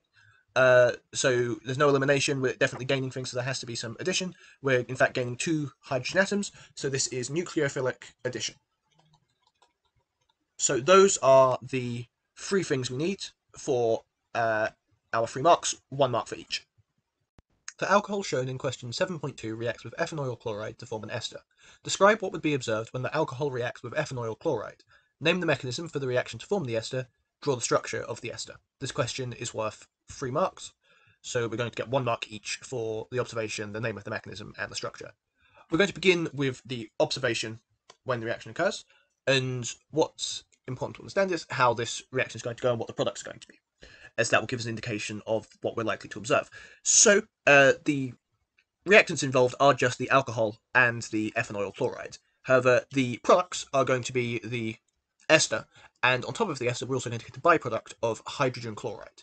And these products are going to be what gives us our observation, because of that byproduct, we're going to get what's referred to as misty fumes evolved from the reaction, and that will be what we will observe. We'll observe fumes coming off because of the product produced, because of the fact we're producing this with ethanol chloride, so we end up with hydrogen chloride gas as a byproduct. Next, we're going to look at the mechanism. So the mechanism that creates esters for esterification is when we have this ethanol chloride with this what's known as an acylation reaction. First of all, it is nucleophilic, and this occurs because the carbon in the carbonyl group on that ethanol chloride has a partial positive charge, and that is what is attacked by the alcohol group on our alcohol. Then the second part of it is distinct from a lot of other reactions, and this is addition, elimination. So first, our compound is added onto, and then another part of the compound is removed. This is distinct from substitution, as it occurs as the addition and elimination are separate processes that occur rather than part of steps within one process. So they're separated compared to the adding and removing from a compound that is present in substitution, where we don't really have an intermediate. With addition and elimination reactions, we do have an intermediate before that elimination occurs. Then finally, we're going to look at the structure of the ester. So this is formed from the alcohol from the previous part of the question. So we can start by just drawing out most of that structure. So we've got our benzene ring, which stays intact, like so. There's our hexagon with the ring in the middle. Then we have our carbon chain coming off this. So we have where the hydroxyl group was. Notice we haven't drawn in the H yet, which we'll get to in a second. We, however, do have the rest of this carbon chain completely intact. So there's our CH2, and there is our CH3. Now that we have got this, we need to look at what is going to occur around where the alcohol group was, because we've had our reaction, and so we have changed what we have somewhat. So instead of that hydrogen bonded to that oxygen, instead we have another carbon, and this is where our ester group occurs. So we have a carbonyl group bonded to that oxygen. So we have a C double bond O there. Then we need to look at precisely what the rest of the chain bond to this carbon is going to be. So it told us in the question that the reagent was ethanol chloride. So we've got ethan as our root here. That means that there are 2 carbons in the carbon chain. That includes the carbonyl carbon. So we're only going to have 1 more carbon after this. So then we have one last CH3 here. And that is the structure of our ester. Here you can see here where the alcohol comes from and is joined with what was the acyl chloride. That's our third mark. The remaining 2 come from the name of the mechanism and our observation, and that's the full 3 marks for that question. Use the data booklet to help you answer this question about amino acids. Figure 1 shows parts of 2 polypeptide chains in a beta-pleated sheet of a protein. The polypeptide chains are held together by hydrogen bonding, as shown in Figure 1. Explain how these hydrogen bonds form. This question is worth 2 marks, so we can expect to see 2 distinct points we'll need to make in our explanation in order to gain both of the marks of this question. So to begin with, we need to look at the situation the hydrogen atom is in and that these hydrogen bonds are forming from. And we can see that we've got a hydrogen which is bonded to a nitrogen atom. That's the case for all of these hydrogen bonds that have been formed. So what we can gather from that is that the hydrogen bonded to the nitrogen atom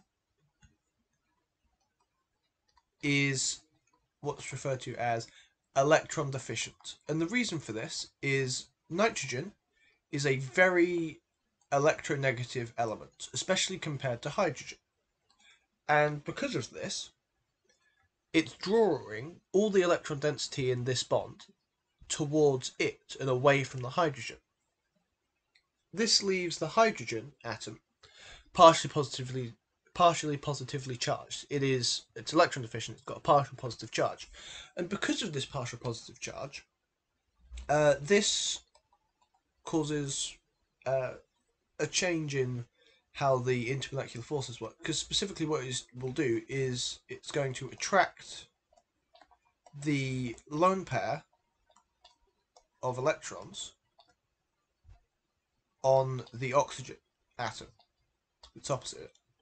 So we see here that we have the oxygen atom in this carbonyl group. This will have two lone pairs of electrons, but because of the partial positive charge on the hydrogen, it's attracting that lone pair, and it creates the hydrogen bond. And that's what causes the hydrogen bonds to form. These 2 points are what we need for our marks. The first pointing out that the hydrogen will be electron deficient, and the second saying that it attracts the lone pair on the oxygen. And that's all we need for the 2 marks for the question. A different type of bond can form between 2 polypeptide chains when the chains each contain the amino acid cysteine. Complete the structure to show the bond that forms between the side chains of 2 cysteine molecules. This question is worth 1 mark. So the structure of cysteine can be found in the data booklet, and to begin with, we're going to start by drawing out this structure. So the side chains for cysteine has an alkyl group here, a CH2, followed by a sulfide group, so SH, like so. And on the other side, we're going to have the same thing, as these are 2 of the same amino acid. So there we go. There is the structure of the cysteine. However, we need to show the bond that will form between the 2 of these side chains, because what's important about this particular amino acid is that it has this sulfur atom here on the side chain, and these sulfur atoms are able to form a bond between them. So they lose their hydrogen atoms and instead form a bond between the 2 sulfur atoms. This is a disulfide linkage and is one of the other bonds that can form between 2 polypeptide chains. And this structure here is what we need for our 1 mark. The type of bond in question 8.2 between 2 polypeptide chains influences the 3-dimensional structure of the protein. Name this type of protein structure. This question is worth 1 mark, so we need to name that structure, and we don't require any justification or explanation as to why that is the correct answer. It's just 1 answer, 1 mark. So the question tells us that it's influencing the 3-dimensional structure of the protein. So the 3-dimensional structure of the whole polypeptide chain, the protein as a whole, is referred to as the tertiary structure. So that word there, tertiary, is the name of the structure, and that's all we need for the 1 mark. Draw the structure of the zwitterion of a dipeptide formed by alanine and serine. This question is worth 2 marks, so there are going to be 2 key points of this structure that we need to get correct in order to get both of the marks. So to begin with, we're going to draw the structures of alanine and serine. These are present in the data booklet that will be given to you with the test. So alanine, we're going to start with our basic amino acid backbone. So we have our amide group, followed by the CH there, followed by our carboxyl group. Then we will draw in our side chain. So we have, for alanine, it's just a methyl group. Then for serine, we have the same start, where it's again the same amino acid backbone, where we have this amide group, a CH, and then a carboxyl group. And then our side chain is an alkyl group followed by a hydroxyl group. So we've got a CH2 and then an OH. So now we can draw the structure of the dipeptide.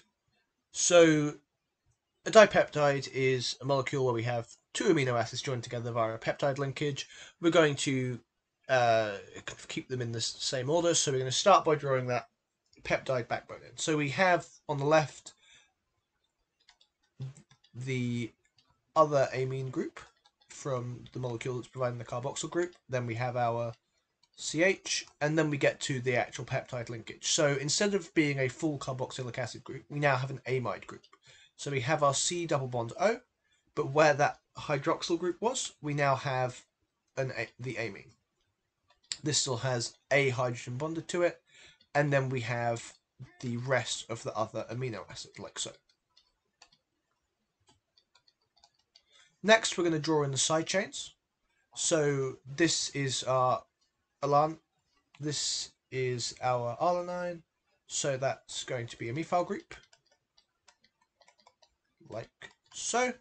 Then here we've got our serine, so we're going to have our alkyl followed by a hydroxyl, so there's CH2 and there's the OH.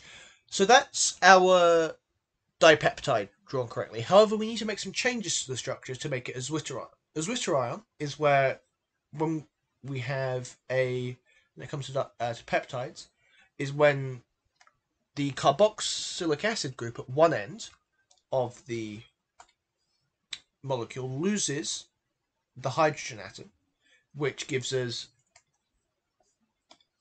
a negative end to this molecule, and at the other end of the group, that hydrogen is gained by the amine group here. So the other end of our molecule, we're going to now have a positive charge on the nitrogen here. So we have the carboxylic acid group here, which has lost a hydrogen and now has a negative charge, and the amine group, which has gained a hydrogen and so has gained this positive charge. This is what will get us our second mark. So the first is for the correct peptide structure. The second is going to be for the correct charges to make it a zwitterion. And that's the 2 marks for the question. Use the data booklet to help you answer this question about DNA. Figure 2 shows a fragment of a DNA double helix. The letters A, C, G, and T represent the 4 bases in one strand. The numbers 1, 2, 3, 4, and 5 represent the bases in the complementary strand. Complete table 4 to show the correct sequence of bases in the complementary strand represented by the numbers 1 to 5. This question is worth 1 mark. So in order to fill out the complementary strands, what we need to remember is that A and T bond together and C and G bond together. So all we then need to do is look at figure 2 and see, well, we've got A, C, G, T, C. So we're going to fill in the complementary bases down here in table 4. So we're going to start with base 1. That's opposite an A, so that's going to be a T. Base 2 is opposite a C, so that's going to be a G. Base 3 is opposite a G, so that's going to be a C. Base 4 is opposite a T, so that's going to be an A. And base 5 is opposite a C, so that's going to be G. And that full correct sequence here of all 5 bases is going to get us that 1 mark. Deduce the total number of hydrogen bonds formed between the 5 bases in each strand. Tick 1 box. This question is worth 1 mark. In order to solve this, what we need to understand is that a bond between A and T is equivalent to 2 hydrogen bonds, and between C and G, that's equivalent to 3 hydrogen bonds. So if we look at our DNA strand up here, we can see we have 2 bonds between A and T, so that's 2 for each of those, and 3 between C and G. So that's going to give us 3 lots of 3 plus 2 lots of 2 to give us a total of 13. And so ticking that box there is going to get us this mark. Base A is part of a nucleotide in the DNA strand shown in figure 2. A nucleotide contains a 2-deoxyribose molecule. An incomplete 2-deoxyribose molecule is shown. Complete the structure to show the nucleotide that contains base A. You should represent base A by the letter A. This question is worth 2 marks. So to begin with, we're going to draw the structure of the 2-deoxyribose molecule as it is shown in the data booklet. This is going to change somewhat in order to draw the structure of the nucleotide, as groups are substituted off of the molecule in exchange for other groups. But to begin with, this is the structure of the molecule. So we have an alcohol group here, a hydrogen here, a hydrogen here, a hydrogen here, a hydrogen here, and another alcohol group here. We then have 1 more hydrogen here, followed by a CH2 here, and an alcohol group here. So that's the deoxyribose molecule as it's shown in the data booklet, but it changes when it's a nucleotide. The first of these is that this alcohol group is replaced with the base. So that's going to be the base A here. That's our first change. And this structure now, the deoxyribose molecule filled in correctly with our base shown, is what we want for the first mark. For the second mark, we're going to need to add the phosphate group that's added on. And that adds on over on this side of the molecule on this alcohol group. So instead of this alcohol group here, we are now going to have our phosphate group. So that starts with the same oxygen bond there, but then we have our phosphorus atom, which has a double bonded oxygen to it, along with a negative oxygen here, this O minus. And then there is an alcohol group here. And we're not quite done there, however, as a nucleotide is part of a chain, it's part of a DNA strand, it's part of a chain of several nucleotides. And so that requires our structure to have open bonds in order for that to continue on. So this group here and this group here, we actually do not have hydrogen atoms there. Instead, these are bonds which are just left open, which is where the bonds go that connect it to the adjacent nucleotides in the chain. But that is the structure we need for our full 2 marks, showing the deoxyribose with the alcohol replaced with base A gets us the first mark, and the second mark is for showing our phosphate group attached to it as well. This question is about amines. The infrared spectra A, B and C are those of a primary amine, a tertiary amine and a nitrile, but not necessarily in that order. Give the letter of each compound in the correct box. So the key to this question is spot the difference. So in A we have a peak here that we don't have in B and C, and this represents our nitrile group, so our carbon triple bond nitrogen, which you can look up in the data book. It's around 2,500 for its wave number. And then the other difference is that in C we have 2 peaks. We have 2 in the around 3,000 wave number region. And this is because a primary amine will have 2 NH bonds, because it's got R and then NH2, so that's our primary amine, and then our tertiary amine will have N and then 3 R groups attached. So we know that this 2 peak is going to be C and it's going to be our primary amine. So we can put that into our table, and the nitrile is going to be A because it has this peak in the 2,500 region. And then we're left with B, which is going to be our tertiary amine. So to get the mark for this question, you must have C, B, A written in this order only. There are 3 secondary amines that contain 4 carbon atoms per molecule. Draw the skeletal formulas of these 3 secondary amines. So the general formula for a secondary amine is that you have 2 R groups attached to a nitrogen with a hydrogen. So we want 4 carbon atoms per molecule, and there are 3 secondary amines. So that just means that the R groups have to have a total of 4 carbon atoms. So we could start with a secondary amine that's symmetrical. So we can have N and then 2 carbon atoms either side with our hydrogen. Or we could have 1 and 3 carbon atoms. So we have 1 and then we have our NH and then 3. Or we could have some branching. So we have 1 NH and then we have 1, 2, 3.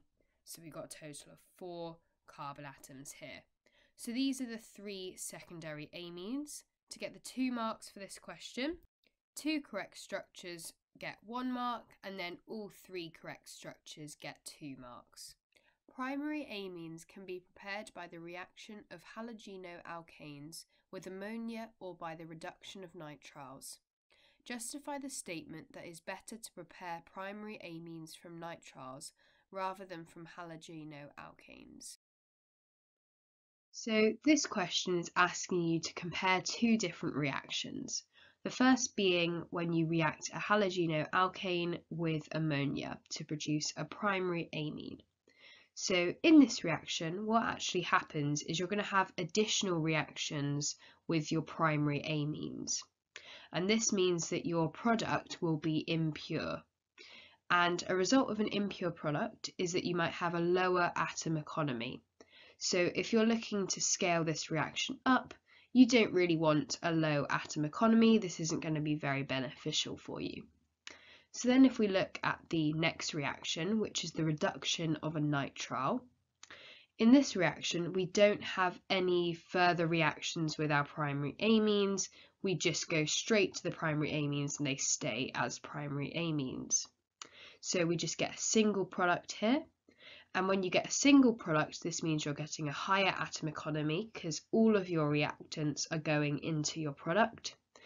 And so this reaction is a lot better, which helps us to justify why it's better to prepare primary amines from nitriles rather than from halogenoalkanes.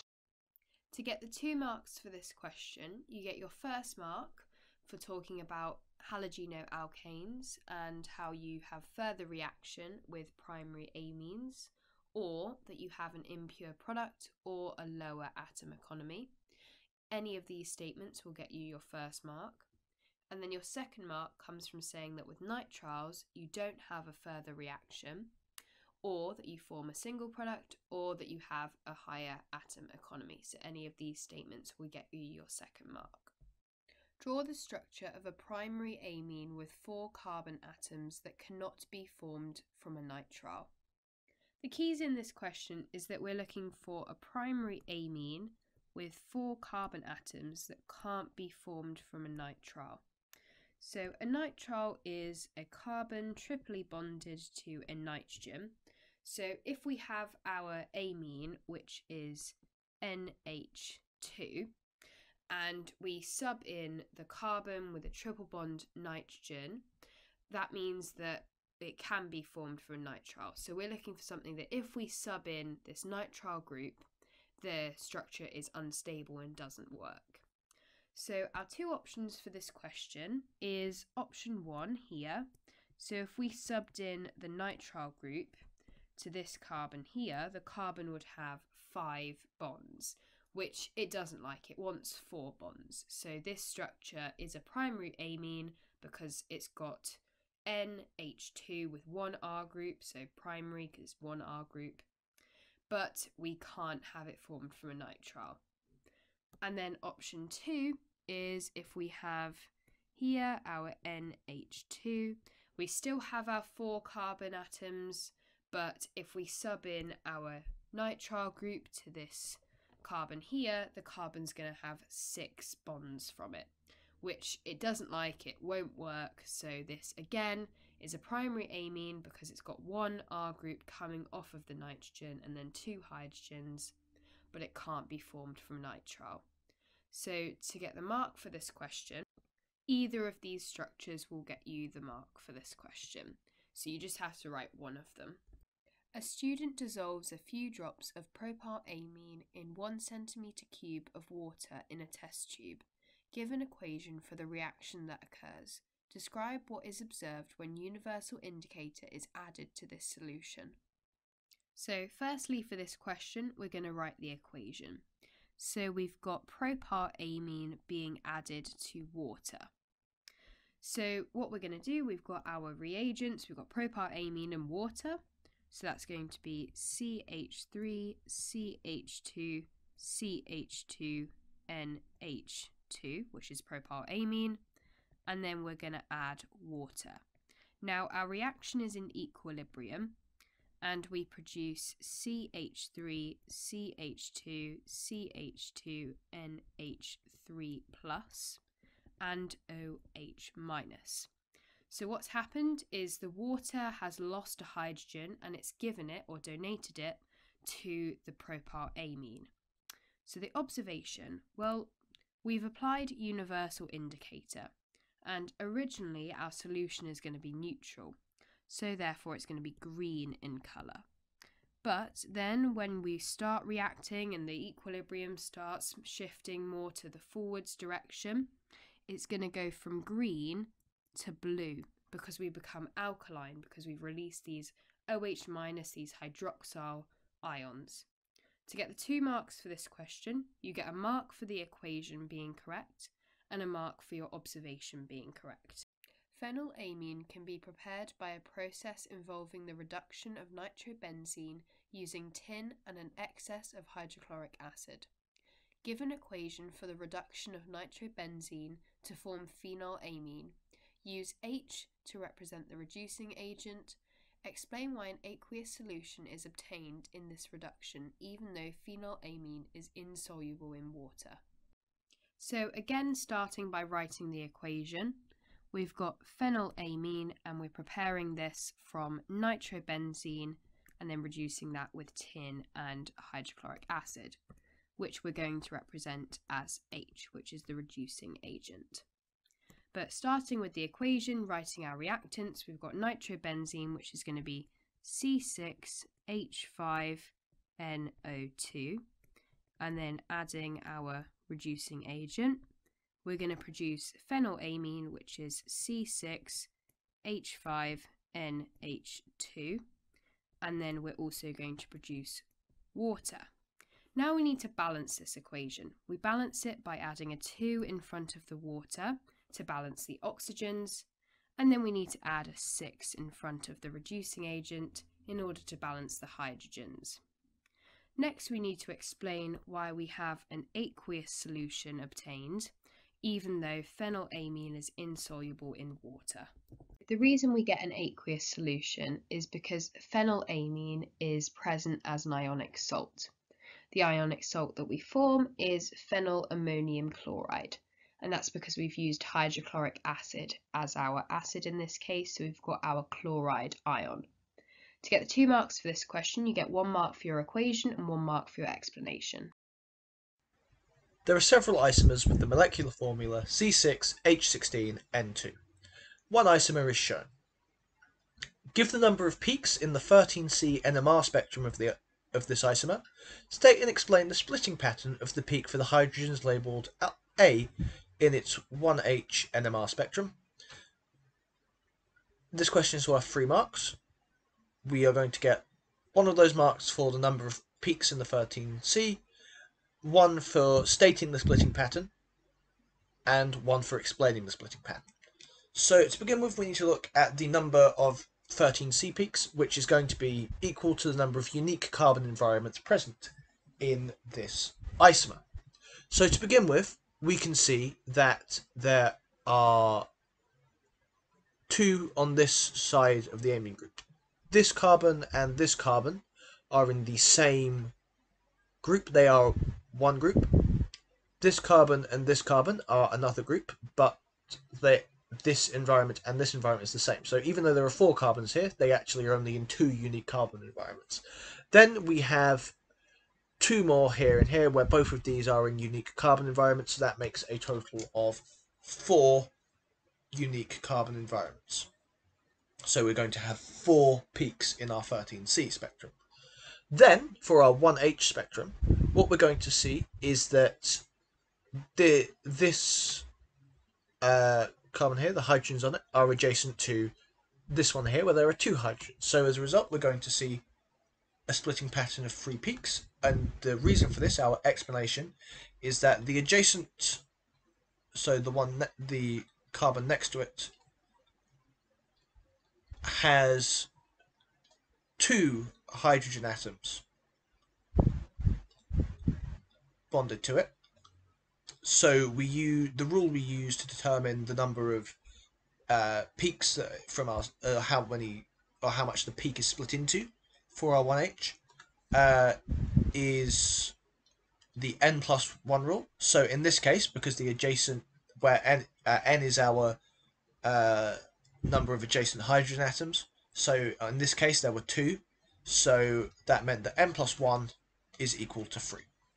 So that's our 3rd mark. We are going to get 1 mark for each of these parts, and that will get us all the marks for this question. Draw the structure of the isomer of C6H16N2 used to make nylon 6,6. This question is worth 1 mark, so we need to draw the structure correctly, but that's all we need for that mark. So the isomer here used to make nylon 6,6 is going to be a diamine, as nylon 6,6 is a polymer which is produced from 2 different monomers, with one of them being a diamine. So what we can expect to see here is that these N2s are in the form of 2 primary amine groups at either end of the molecule, and both the 6 in the formula here and the 6 in the name of the compound here refer to the fact that the chain length of the carbon chain length within the compound is 6,6. So is 6 carbons long. So we're going to have one amine group here. So that's our NH2. And then we are going to have 1, 2, 3, 4. That looks like a double bond. They're all single bonded here. It is just a standard straight carbon chain. So there's our 4th. There's our 5th. And finally, here is our 6th carbon, which is then ended with another amine group at the end. So this gets us our C6H16N2, and this is one of the monomers which is used to make nylon 6,6, and that structure will get us the mark for this question. Draw the structure of the isomer of C6H16N2 that contains 2 primary amine groups and has only 2 peaks in its 13C NMR spectrum. This question is worth 1 mark, so we need to get the structure correct, but that's all we need for the question. So this question specifies that it has the structure we need to draw has only 2 peaks in its 13C NMR spectrum. So what we can expect to see from this is that we are going to we're only going to have 2 unique carbon environments in our structure. And specifically in this case, because we also have to have 2 primary amine groups, it's likely that what we're going to see is that our 2 different carbon environments that we're going to get will be those that are in the amine groups and those that are adjacent to the amine groups.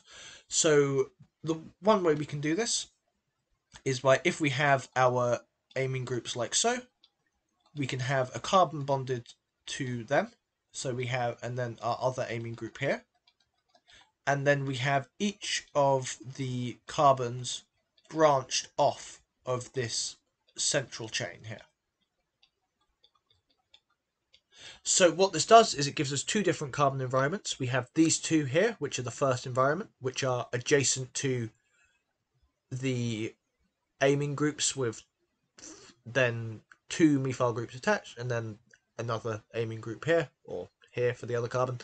And then we have our second carbon environment, which is these 4 carbons, the 2 up here and the 2 down here, which are adjacent or branched off of a carbon which has an amine group. So this has 2 primary amine groups and 2 peaks in the 13C NMR spectrum, so this will get us the mark for the question. Draw the structure of the isomer of C6H16N2 that contains 2 tertiary amine groups and has only 2 peaks in its 13C NMR spectrum. This question is worth 1 mark, so we need the structure correct, but nothing else for the question. So this question asks about having only 2 peaks in its 13C NMR spectrum, and that means we can only have 2 unique carbon environments in that structure that we're going to draw. It also tells us that we have 2 tertiary amine groups, and we know we only have 6 carbon atoms. So that means that every single carbon atom is going to have to be part of an amine group, as we need 6 carbons to be bonded to, as we need 6 carbon-nitrogen bonds. So we also need to do this in a way that's going to give us our 2 unique carbon environments. And the way we can do this is we have 2 of the carbons be joined together between the 2 amine groups, like so. And then the remaining carbons can all be connected to our amine groups like so bonded to them to make those tertiary groups. So that gives us our remaining 4 carbons, like so, and we have 2 unique carbon environments. We have the 2 in the middle are in the same carbon environment, and the 4 on the outside are in their own unique carbon environment. So that meets both of the conditions, actually all 3 of the conditions, because it matches the molecular formula that was given. It has 2 tertiary amine groups, and it has only 2 peaks in its 13C NMR spectrum, which we know because it only has 2 unique carbon environments. So that structure will get us the 1 mark for this question.